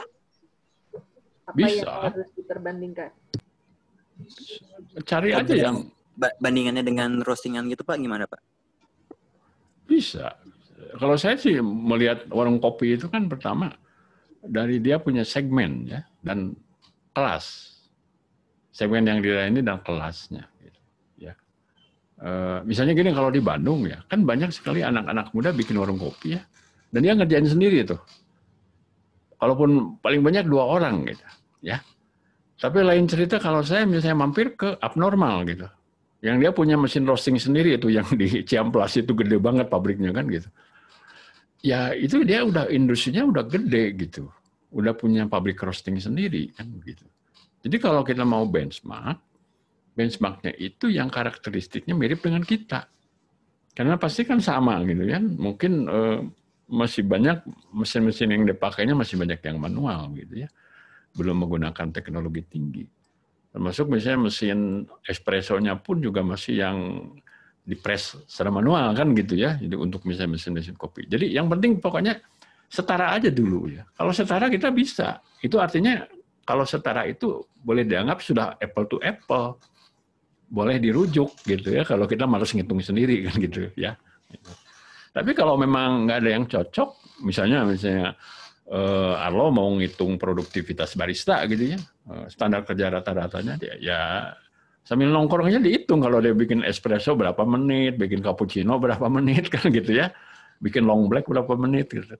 Tapi harus beberapa waktu sehingga ketemu waktu rata-ratanya. Karena bisa saja pagi-pagi masih seger, masih cepat gitu ya, udah sore udah mulai agak loyo gitu kan, udah mulai slow gitu ya. Kalau di tempat saya tuh aneh, kalau pagi-pagi slow tukang jahit itu. Justru makin sore itu gini, pagi-pagi sejam pertama tuh agak slow gitu Bu Bano ya. Lewat dari sejam 2 jam mulai kayak mesin diesel gitu. Gitu agak siang ya. Terus menurun, siklusnya kayak gitu dah, decline menurun. Tapi kalau mau pulang naik lagi. Aneh nggak? Mau pulang naik. Mungkin karena oh ini mau pulang buru-buru kan gitu. Mungkin efek psikologisnya dari situ gitu. Demikian ya Arlo ya. Terima kasih. Baik Pak, makasih Pak. Ya.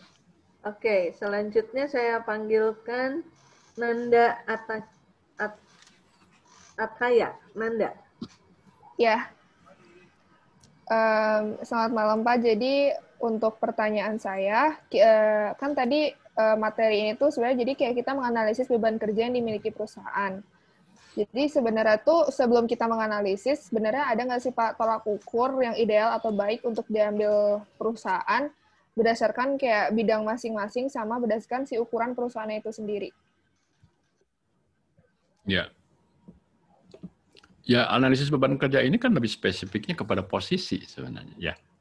Makanya tadi di awal itu kan kita mau menentukan untuk posisi apa dulu. Kalau saya kan punya pendapat, dimulai dari suatu proses utama yang paling banyak pasukannya. Dimulai dari situ dulu. Karena itu kan boleh dibilang yang nyedot dananya gede itu ke sana, betul nggak? Ya. Dan kalau saya di bidang garment itu kan duit yang paling gede mengalir untuk membayar operator jahit gitu. Betul nggak? Makanya harus dihitung benar-benar gitu, karena itu alokasi dananya besar ke sana. Terus kalau di toko-toko ya, di semua Dep Store itu kan kami punya karyawan gitu. Matahari Dep Store se-Indonesia, gitu, Ramayana, Jogja, dan sebagainya, itu karyawan kita. Jadi kita bisa punya 3.000 sampai 4.000 sales promotion. Itu juga kita mesti hitung gitu, karena itu alokasi dananya kan besar ke sana itu. Maka itu jadi prioritas. Ya. Jadi satu unit atau satu proses yang menyedot dana besar itu harus diprioritaskan, diukur lebih dulu, karena itu ya dampaknya signifikan gitu kepada perusahaan. Ya, kalau nggak diukur dengan baik, kita takut loss di situ, ya salah ngitung apa gitu kan, dan kadang malah harus dikembangin terus supaya produktivitasnya meningkat gitu ya.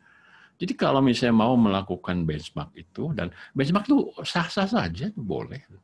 Itu kan salah satu metodologi di dalam quality management sebenarnya benchmark itu, ya. Termasuk dalam Kaizen kan gitu benchmark itu. Cuma kalau mau lebih baik kita harus improve lagi sendiri untuk di tempat kita gitu. Makanya banyak sih para eksekutif termasuk owner perusahaan itu sering jalan-jalan ke luar negeri itu bukan karena semata-mata senang piknik gitu. Mereka melakukan benchmark. Mereka mencari hal-hal baru yang dilakukan oleh industri sejenis. Atau networking ya, kita mengembangkan networking baik kepada customer maupun kepada vendor-vendor kan begitu ya. Termasuk menjajaki mungkin ada teknologi baru yang bisa menggantikan teknologi kita yang sudah usang gitu ya. Jadi pertanyaan tadi jawabannya adalah memang kita harus cari tahu orang lain sampai mana ya. Tetapi harus melihat itu kalau untuk supaya itu bisa dipakai di kita ya harus yang sejenis dan sekelas gitu, baru bisa dipakai kan gitu ya. Kalau enggak ya itu sesat itu informasinya, jadi tidak applicable di tempat kita gitu ya. Demikian ya. Terima kasih Pak. Ya. Oke, lanjut. Silakan Tessa Valeria. Tessa Valeria.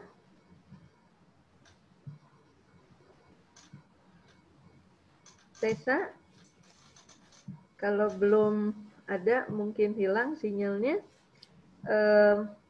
Putri Meliniar, silakan. Selamat malam, Pak. Malam, silakan. Gimana, Put? Ada pertanyaan apa? Iya, Pak. Saya mau bertanya. Kalau misalnya di dalam perusahaan gitu, kan kita tuh pasti ada kualitas kerjanya. Ya. Nah, di dalam kualitas kerja itu, antar pegawai itu dinilainya berdasarkan generasi, ada ngaruhnya nggak sih, Pak? Misalnya kualitasnya, kalau generasi A ini kayak gimana gitu? Misalnya generasi tua dengan generasi muda gitu, bedanya apa gitu ya? Ya, apakah mempengaruhi dengan kualitas kerja kita? Kayak misalnya anak fresh graduate itu, misalnya angkatan milenial nih ceritanya sama angkatan yang lebih tuanya atau 80, apakah hasil kerjanya tuh ada perbedaan atau sama aja? Oh, ini pertanyaan menarik nih. Kolonial sama milenial pada menarik. Jawabnya nggak gampang. Ini bagus banget nih pertanyaannya. Jawabnya nggak gampang. Tapi oke, kita pakai referensi begini ya. Gini loh. Orang itu kalau makin lama kerja, mestinya makin produktif dan makin bagus hasilnya. Setuju nggak? Mestinya ya. Tapi ada beberapa jenis pekerjaan tertentu yang itu ada cycle time-nya gitu. Apa ya? Life cycle, bukan cycle time. Life cycle-nya. Melewati waktu tertentu itu justru decline. Gitu ya, decline. Saya ambil contoh gini.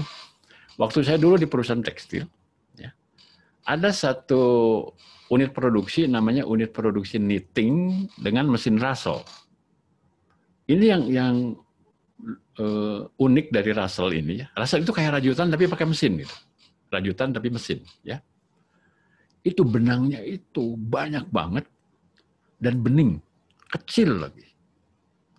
Maka orang yang ada di situ itu harus tajam penglihatannya, harus benar-benar bagus. Gitu. Kalau enggak itu untuk ngepasin benang ke jarumnya itu miss gitu. Ya. Maka kalau umurnya udah lewat 40 udah mulai nih banyak error gitu. Ya. Nah, jadi pertanyaan pertama saya bisa jawab tuh begini. Tergantung karakteristik pekerjaannya gitu. Ya. Kalau pekerjaan itu sebenarnya lebih cocok dikerjakan oleh anak-anak muda karena beberapa tuntutan tertentu ya, misalnya perlu penglihatan yang bagus, perlu konsentrasi yang bagus. Maka lewat umur 40 udah mulai nggak boleh di situ dia. Harus dipindah ke tempat lain atau menjadi supervisor kalau punya leadership begitu. Ya, gitu. Nah, sekarang kalau kaitan milenial tergantung pekerjaannya juga sebenarnya, ya. Ya, kalau karakteristik milenial pada umumnya itu nggak senang kerjaan-kerjaan yang terlalu ribet, terlalu rinci, ya karena dia kurang tertarik, dia juga nggak akan optimal di situ. Kalau menurut hemat saya, gitu. Jadi ini kan masalah. Jadi jawabannya itu tidak bisa dengan satu jawaban berlaku untuk semua, enggak, gitu ya. Jadi harus dilihat dulu pertama karakteristik pekerjaan dan karakteristik SDM-nya, gitu. Baru kita secara kasuistik punya jawaban. Jadi jawabannya jawaban kasuistik gitu, ya. Nggak tahu ini menjawab apa enggak gitu. Pasti nggak akan menjawab secara memuaskan ya karena dilarikannya kepada ini kasuistik gitu, ya. Demikian ya, Putri ya. Oke. Pak, mau tanya lagi sedikit lagi. Boleh. Tapi kalau misalnya punya tuh di Bapak kan perusahaan kayak pabrik gitu. Ya. Betul nggak? Saya salah. Iya, nah, pabrik. Kalau misalnya di pabrik itu kan ada range umurnya tuh kayak banyak banget, dari ibu-ibu, mungkin ada fresh graduate juga masuk. Itu tuh efektif nggak sih Pak anak-anak muda untuk masuk di pabrik situ? Kalau kayak gitu. Oke, ini pertanyaan bagus. Kalau saya tanya user ya, tanya user itu para manajer atau kepala departemen yang membawahi mereka, ini tuh ada penilaian begini loh. Orang-orang lama, sebenarnya mereka itu kan udah jam terbangnya tinggi, ya. Udah punya skill bagus, produktivitas bagus, gitu ya. Cuma mereka itu berada di comfort zone, zona nyaman, ya udah jadi karyawan tetap, ya tinggal nunggu waktu pensiun, gitu kan.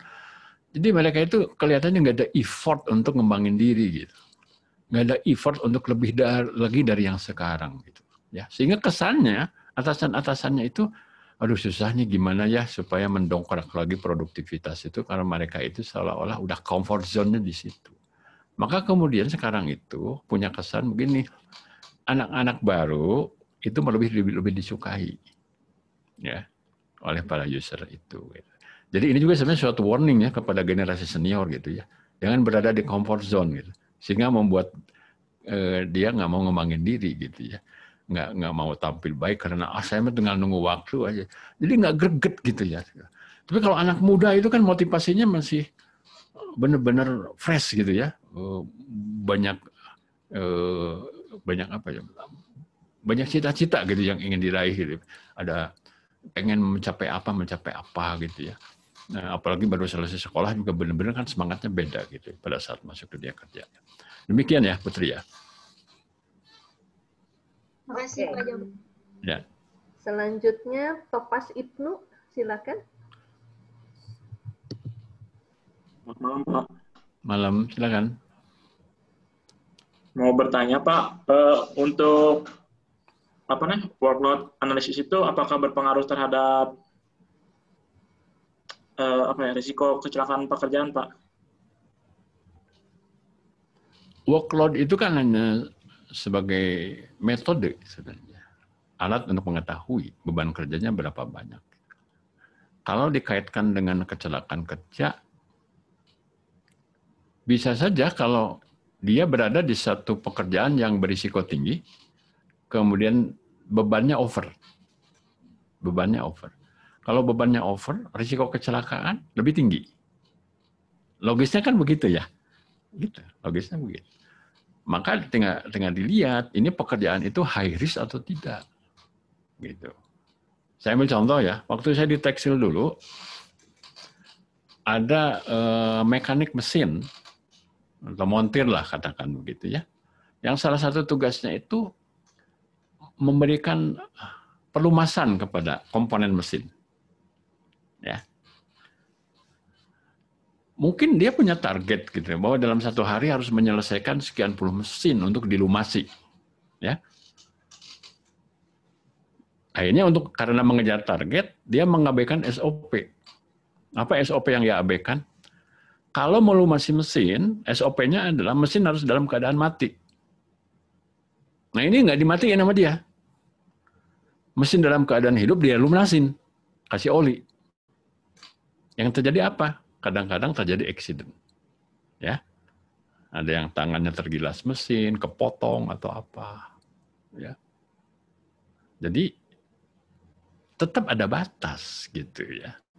Kadang kalau beban berlebih, target berlebih, akhirnya SOP dilanggar gitu. Padahal dalam SOP-nya kan sudah ada mengandung unsur keselamatan sebenarnya, kan gitu ya. Karena sudah wajibnya harusnya begini kan. Ini AB aja karena saya kan udah biasa nih kalau mesin-mesin kayak gini nggak usah dimatiin deh. Gitu kan. Itu yang terjadi. Jadi menjawab pertanyaan kamu tuh bisa kalau kaitan dengan beban kerja. Beban kerja yang berlebih, target berlebih ya dan tidak ditopang oleh pengawasan yang baik atau awareness yang baik dari karyawannya, maka risiko menimbulkan kecelakaan kerja gitu ya. Dan itu saya tahu sendiri di pabrik memang ada ya fenomena-fenomena seperti itu. Baik, demikian ya, Tofas ya. Ya. Selanjutnya silakan Bernadette Michelle. Bernadette Michelle. Iya, Bu. Ya, silakan open kameranya.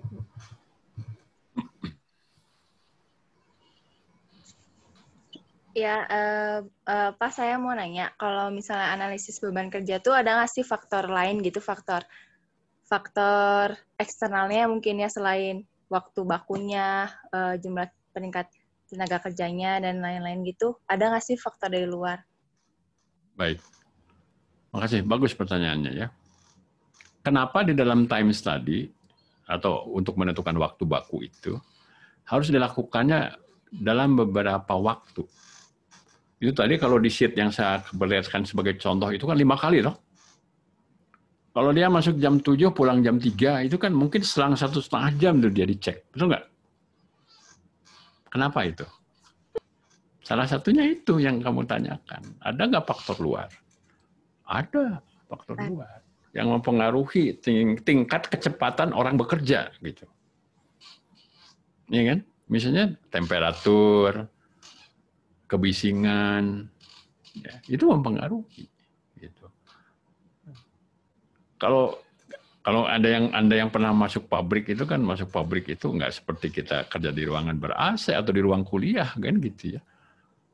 Itu saya pernah masuk tahun 90, saya mulai kerja masuk pabrik tekstil itu dengan mesin-mesin generasi lama itu, wah itu kepala, telinga itu sampai ini suaranya tuh keras banget gitu.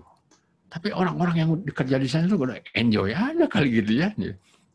Termasuk tadi mengenai orang ini apakah orang baru atau orang lama, pengaruh juga gitu, pengaruh.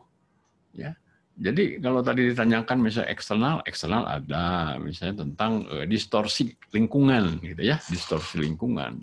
Terutama distorsi lingkungan itu kan sebenarnya pertama adalah kebisingan ya, kebisingan, kemudian temperatur, ya, bahwa itu tuh cukup nyaman atau tidak, atau terlalu panas, terlalu dingin, itu mempengaruhi juga gitu.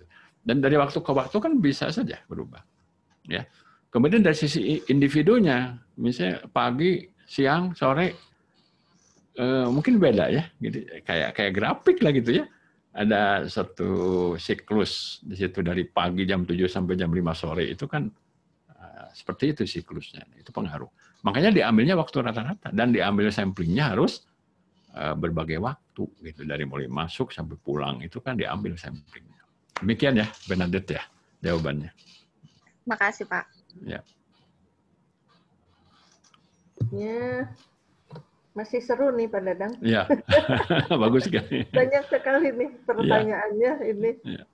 Senang sekali nih lihat responnya. Dari Louis Adam. Ya, Louis Adam, silakan. Ya, silakan. Ya, selamat malam Pak. Malam. Ya, saya izin tanya Pak, berdasarkan pengalaman Bapak selama 30 tahun, ada masalah atau faktor apa yang bisa Bapak temuin di perusahaan yang membuat karyawan menjadi tidak efisien atau efektif, Pak? Kalau memang ada, bagaimana cara Bapak menyikapi kinerja karyawan tersebut? Terima kasih, Pak. Ya. Dari sekian banyak itu saya melihat dua hal yang harus dicermati ya, dan harus katakan dikaji ya untuk perbaikan-perbaikan itu. Pertama adalah situasi overload itu malah membuat orang mengalami demotivasi. Ya. Overload. Targetnya terlalu tinggi, target yang tidak realistis, yang mungkin belum ada di pabrik itu yang bisa mencapai itu gitu. Jadi mengenai goal setting itu harus goal setting yang realistis, menantang tapi realistis gitu. Ya, ini kriteria yang nggak gampang ya. Goal settingnya itu harus menantang tapi realistis gitu. Jangan masuk kategori mission impossible. Gitu. Kalau dikasih mission impossible, ya, kecuali Tom Cruise ya, dia selalu tertarik gitu untuk mission impossible. Kalau bukan tipe Tom Cruise itu apa-apaan ini katanya, ini penjajahan ini kan gitu ya. Itu yang pertama. Dan yang kedua apa? Supervisi dan leadership. Ya. Supervisi dan leadership. Jadi atasan langsung itu pengaruhnya besar ya terhadap engagement dari karyawan. Nah, ini larinya ke engagement nih Bu Bano nih larinya ya. Karena ternyata banyak hal-hal yang sifatnya itu adalah soft ya di dalam sistem produksi itu. Ya, bukan masalah teknologi, bukan masalah SOP, bukan masalah mesin, gitu. Bukan juga masalah analisis beban kerja, enggak gitu. Tapi lebih karena ini kan ya bukan karena saya orang HRD gitu ya, tapi aspek human itu sangat menonjol gitu. Kaitan dengan bagaimana kita bisa memaintain engagement daripada karyawan kita itu. Dan itu sebenarnya lebih banyak terletak tanggung jawabnya pada atasan langsung. Bagaimana dia bisa memimpin, memanage, mensupervisi, dan mengcoach bawahannya gitu, supaya tetap produktif. Demikian ya jawabannya, Adam ya. Terima kasih, Pak. Ya. Odoi, silakan Odoi.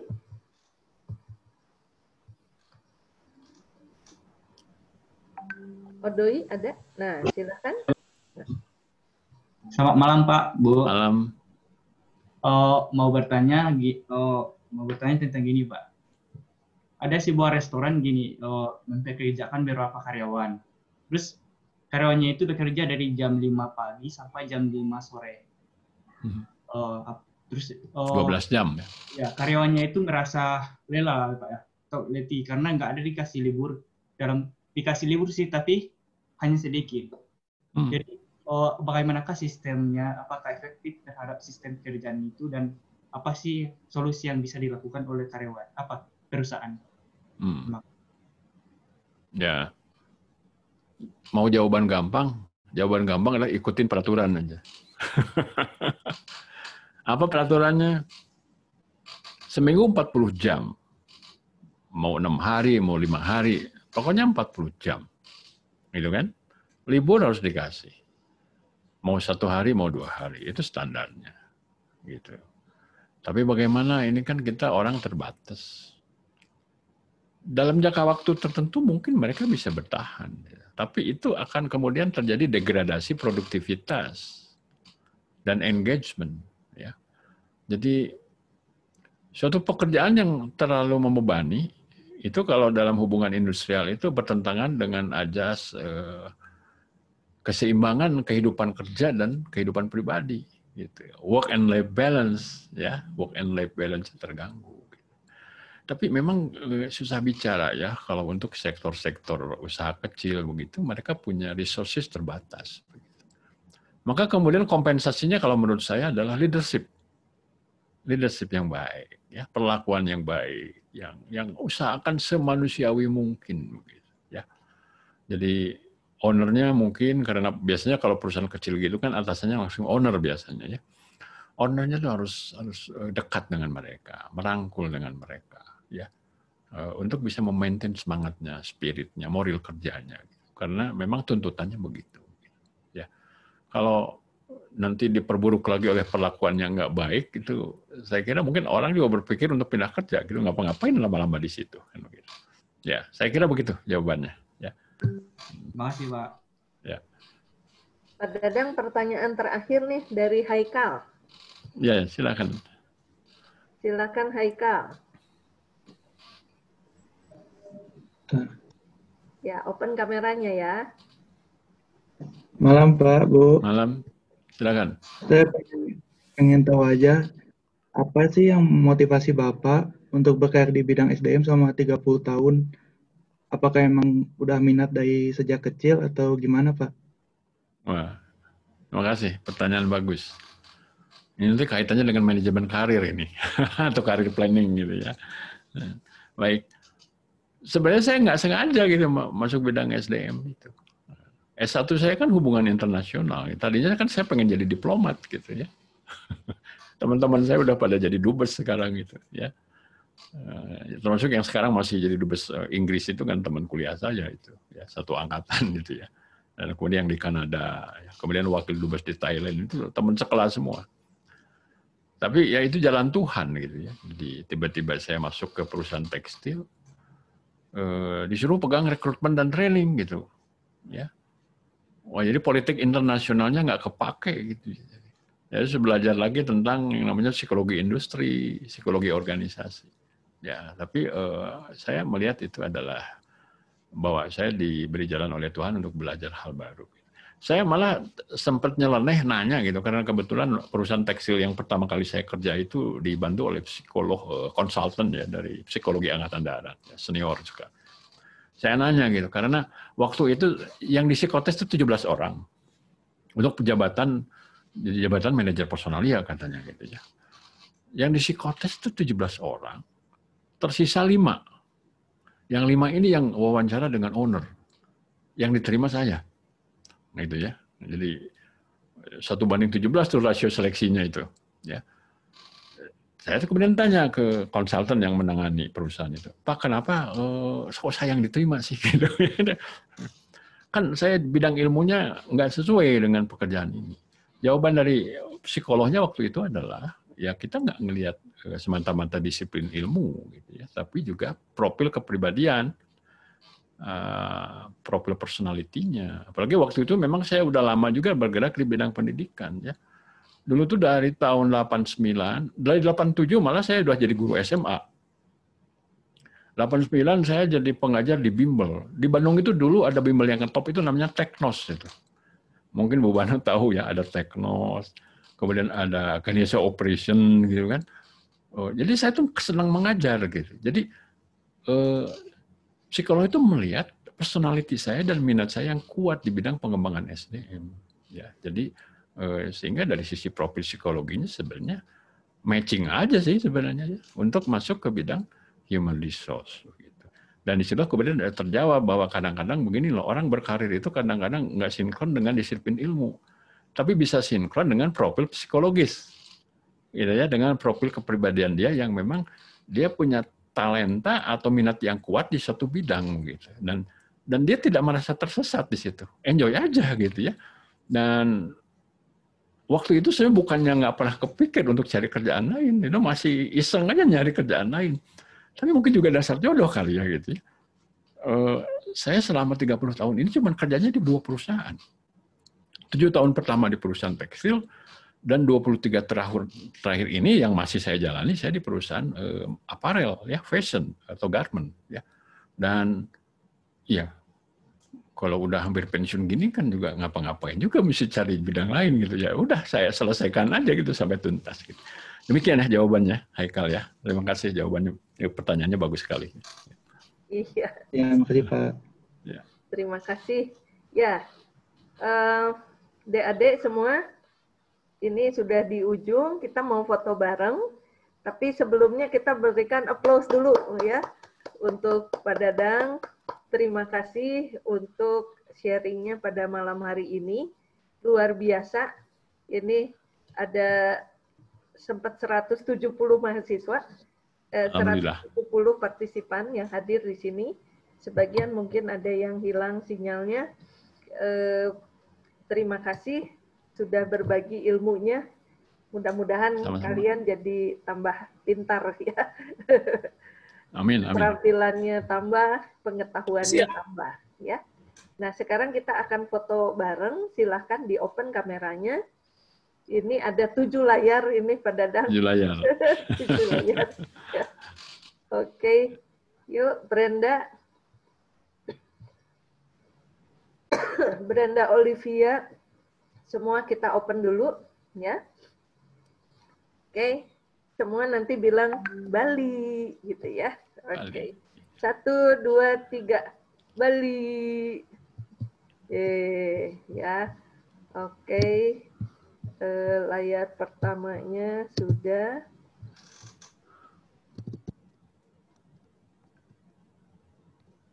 Oke, sekarang layar kedua.